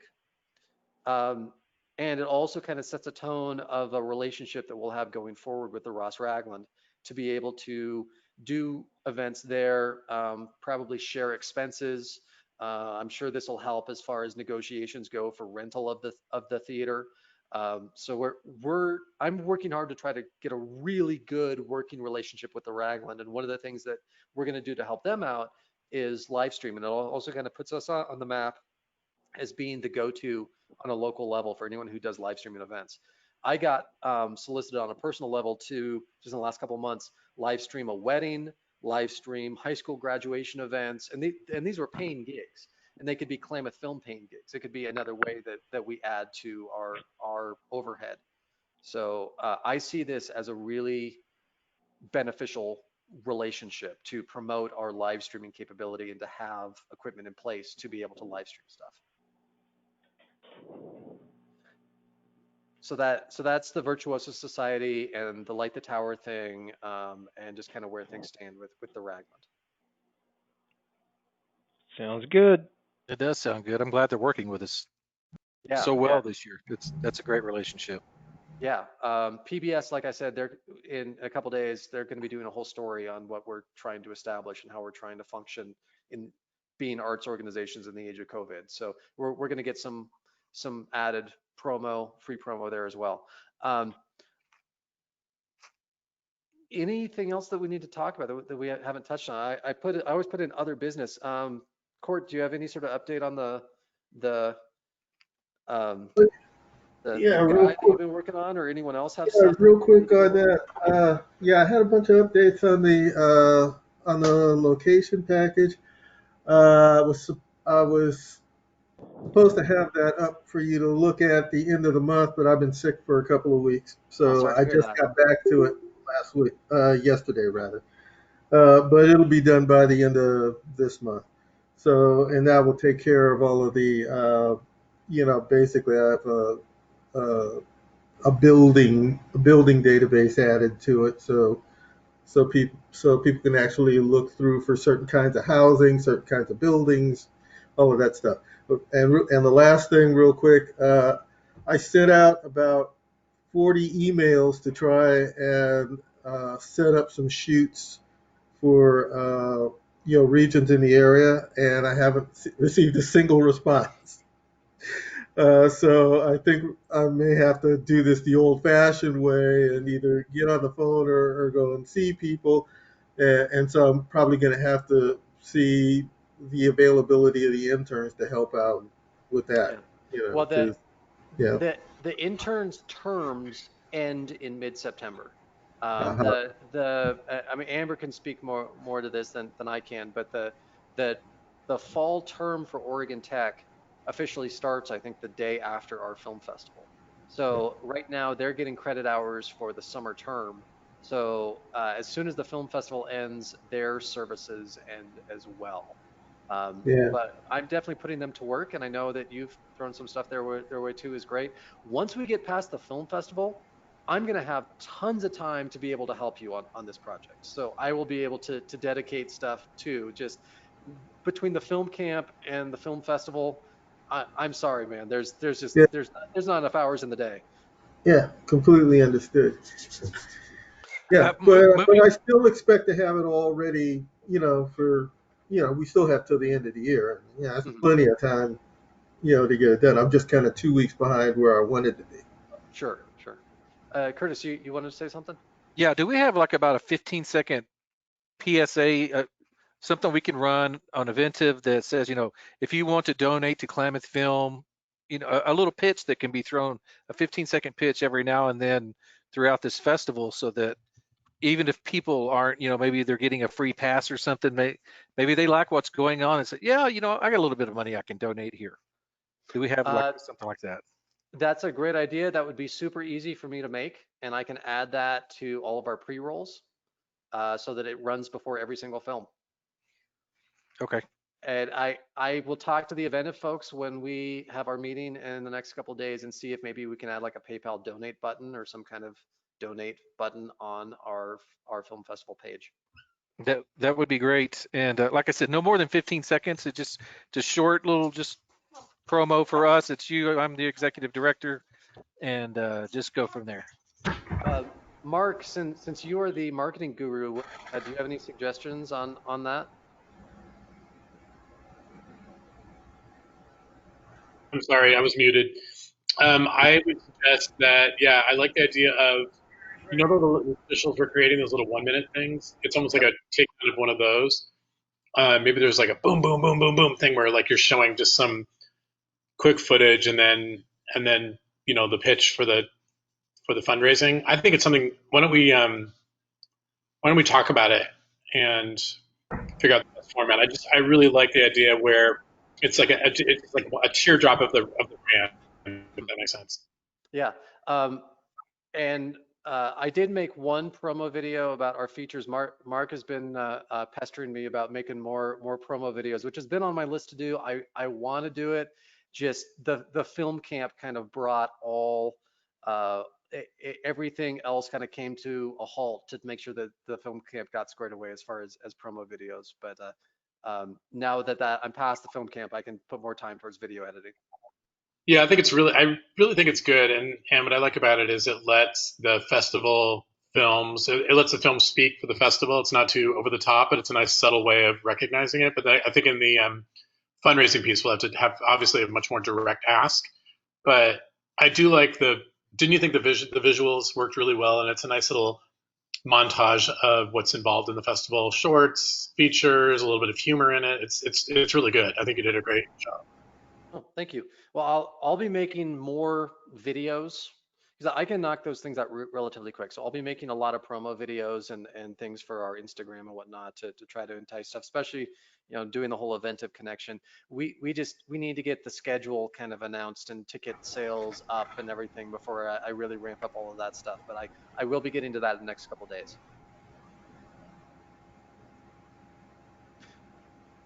All right. I was just Yeah. talking to Amber about her computer died about that. Yes, the students will be working up through the festival, and then we'll see what happens for the fall term. Yep. Yeah, we don't currently have any interns lined up for the fall yet.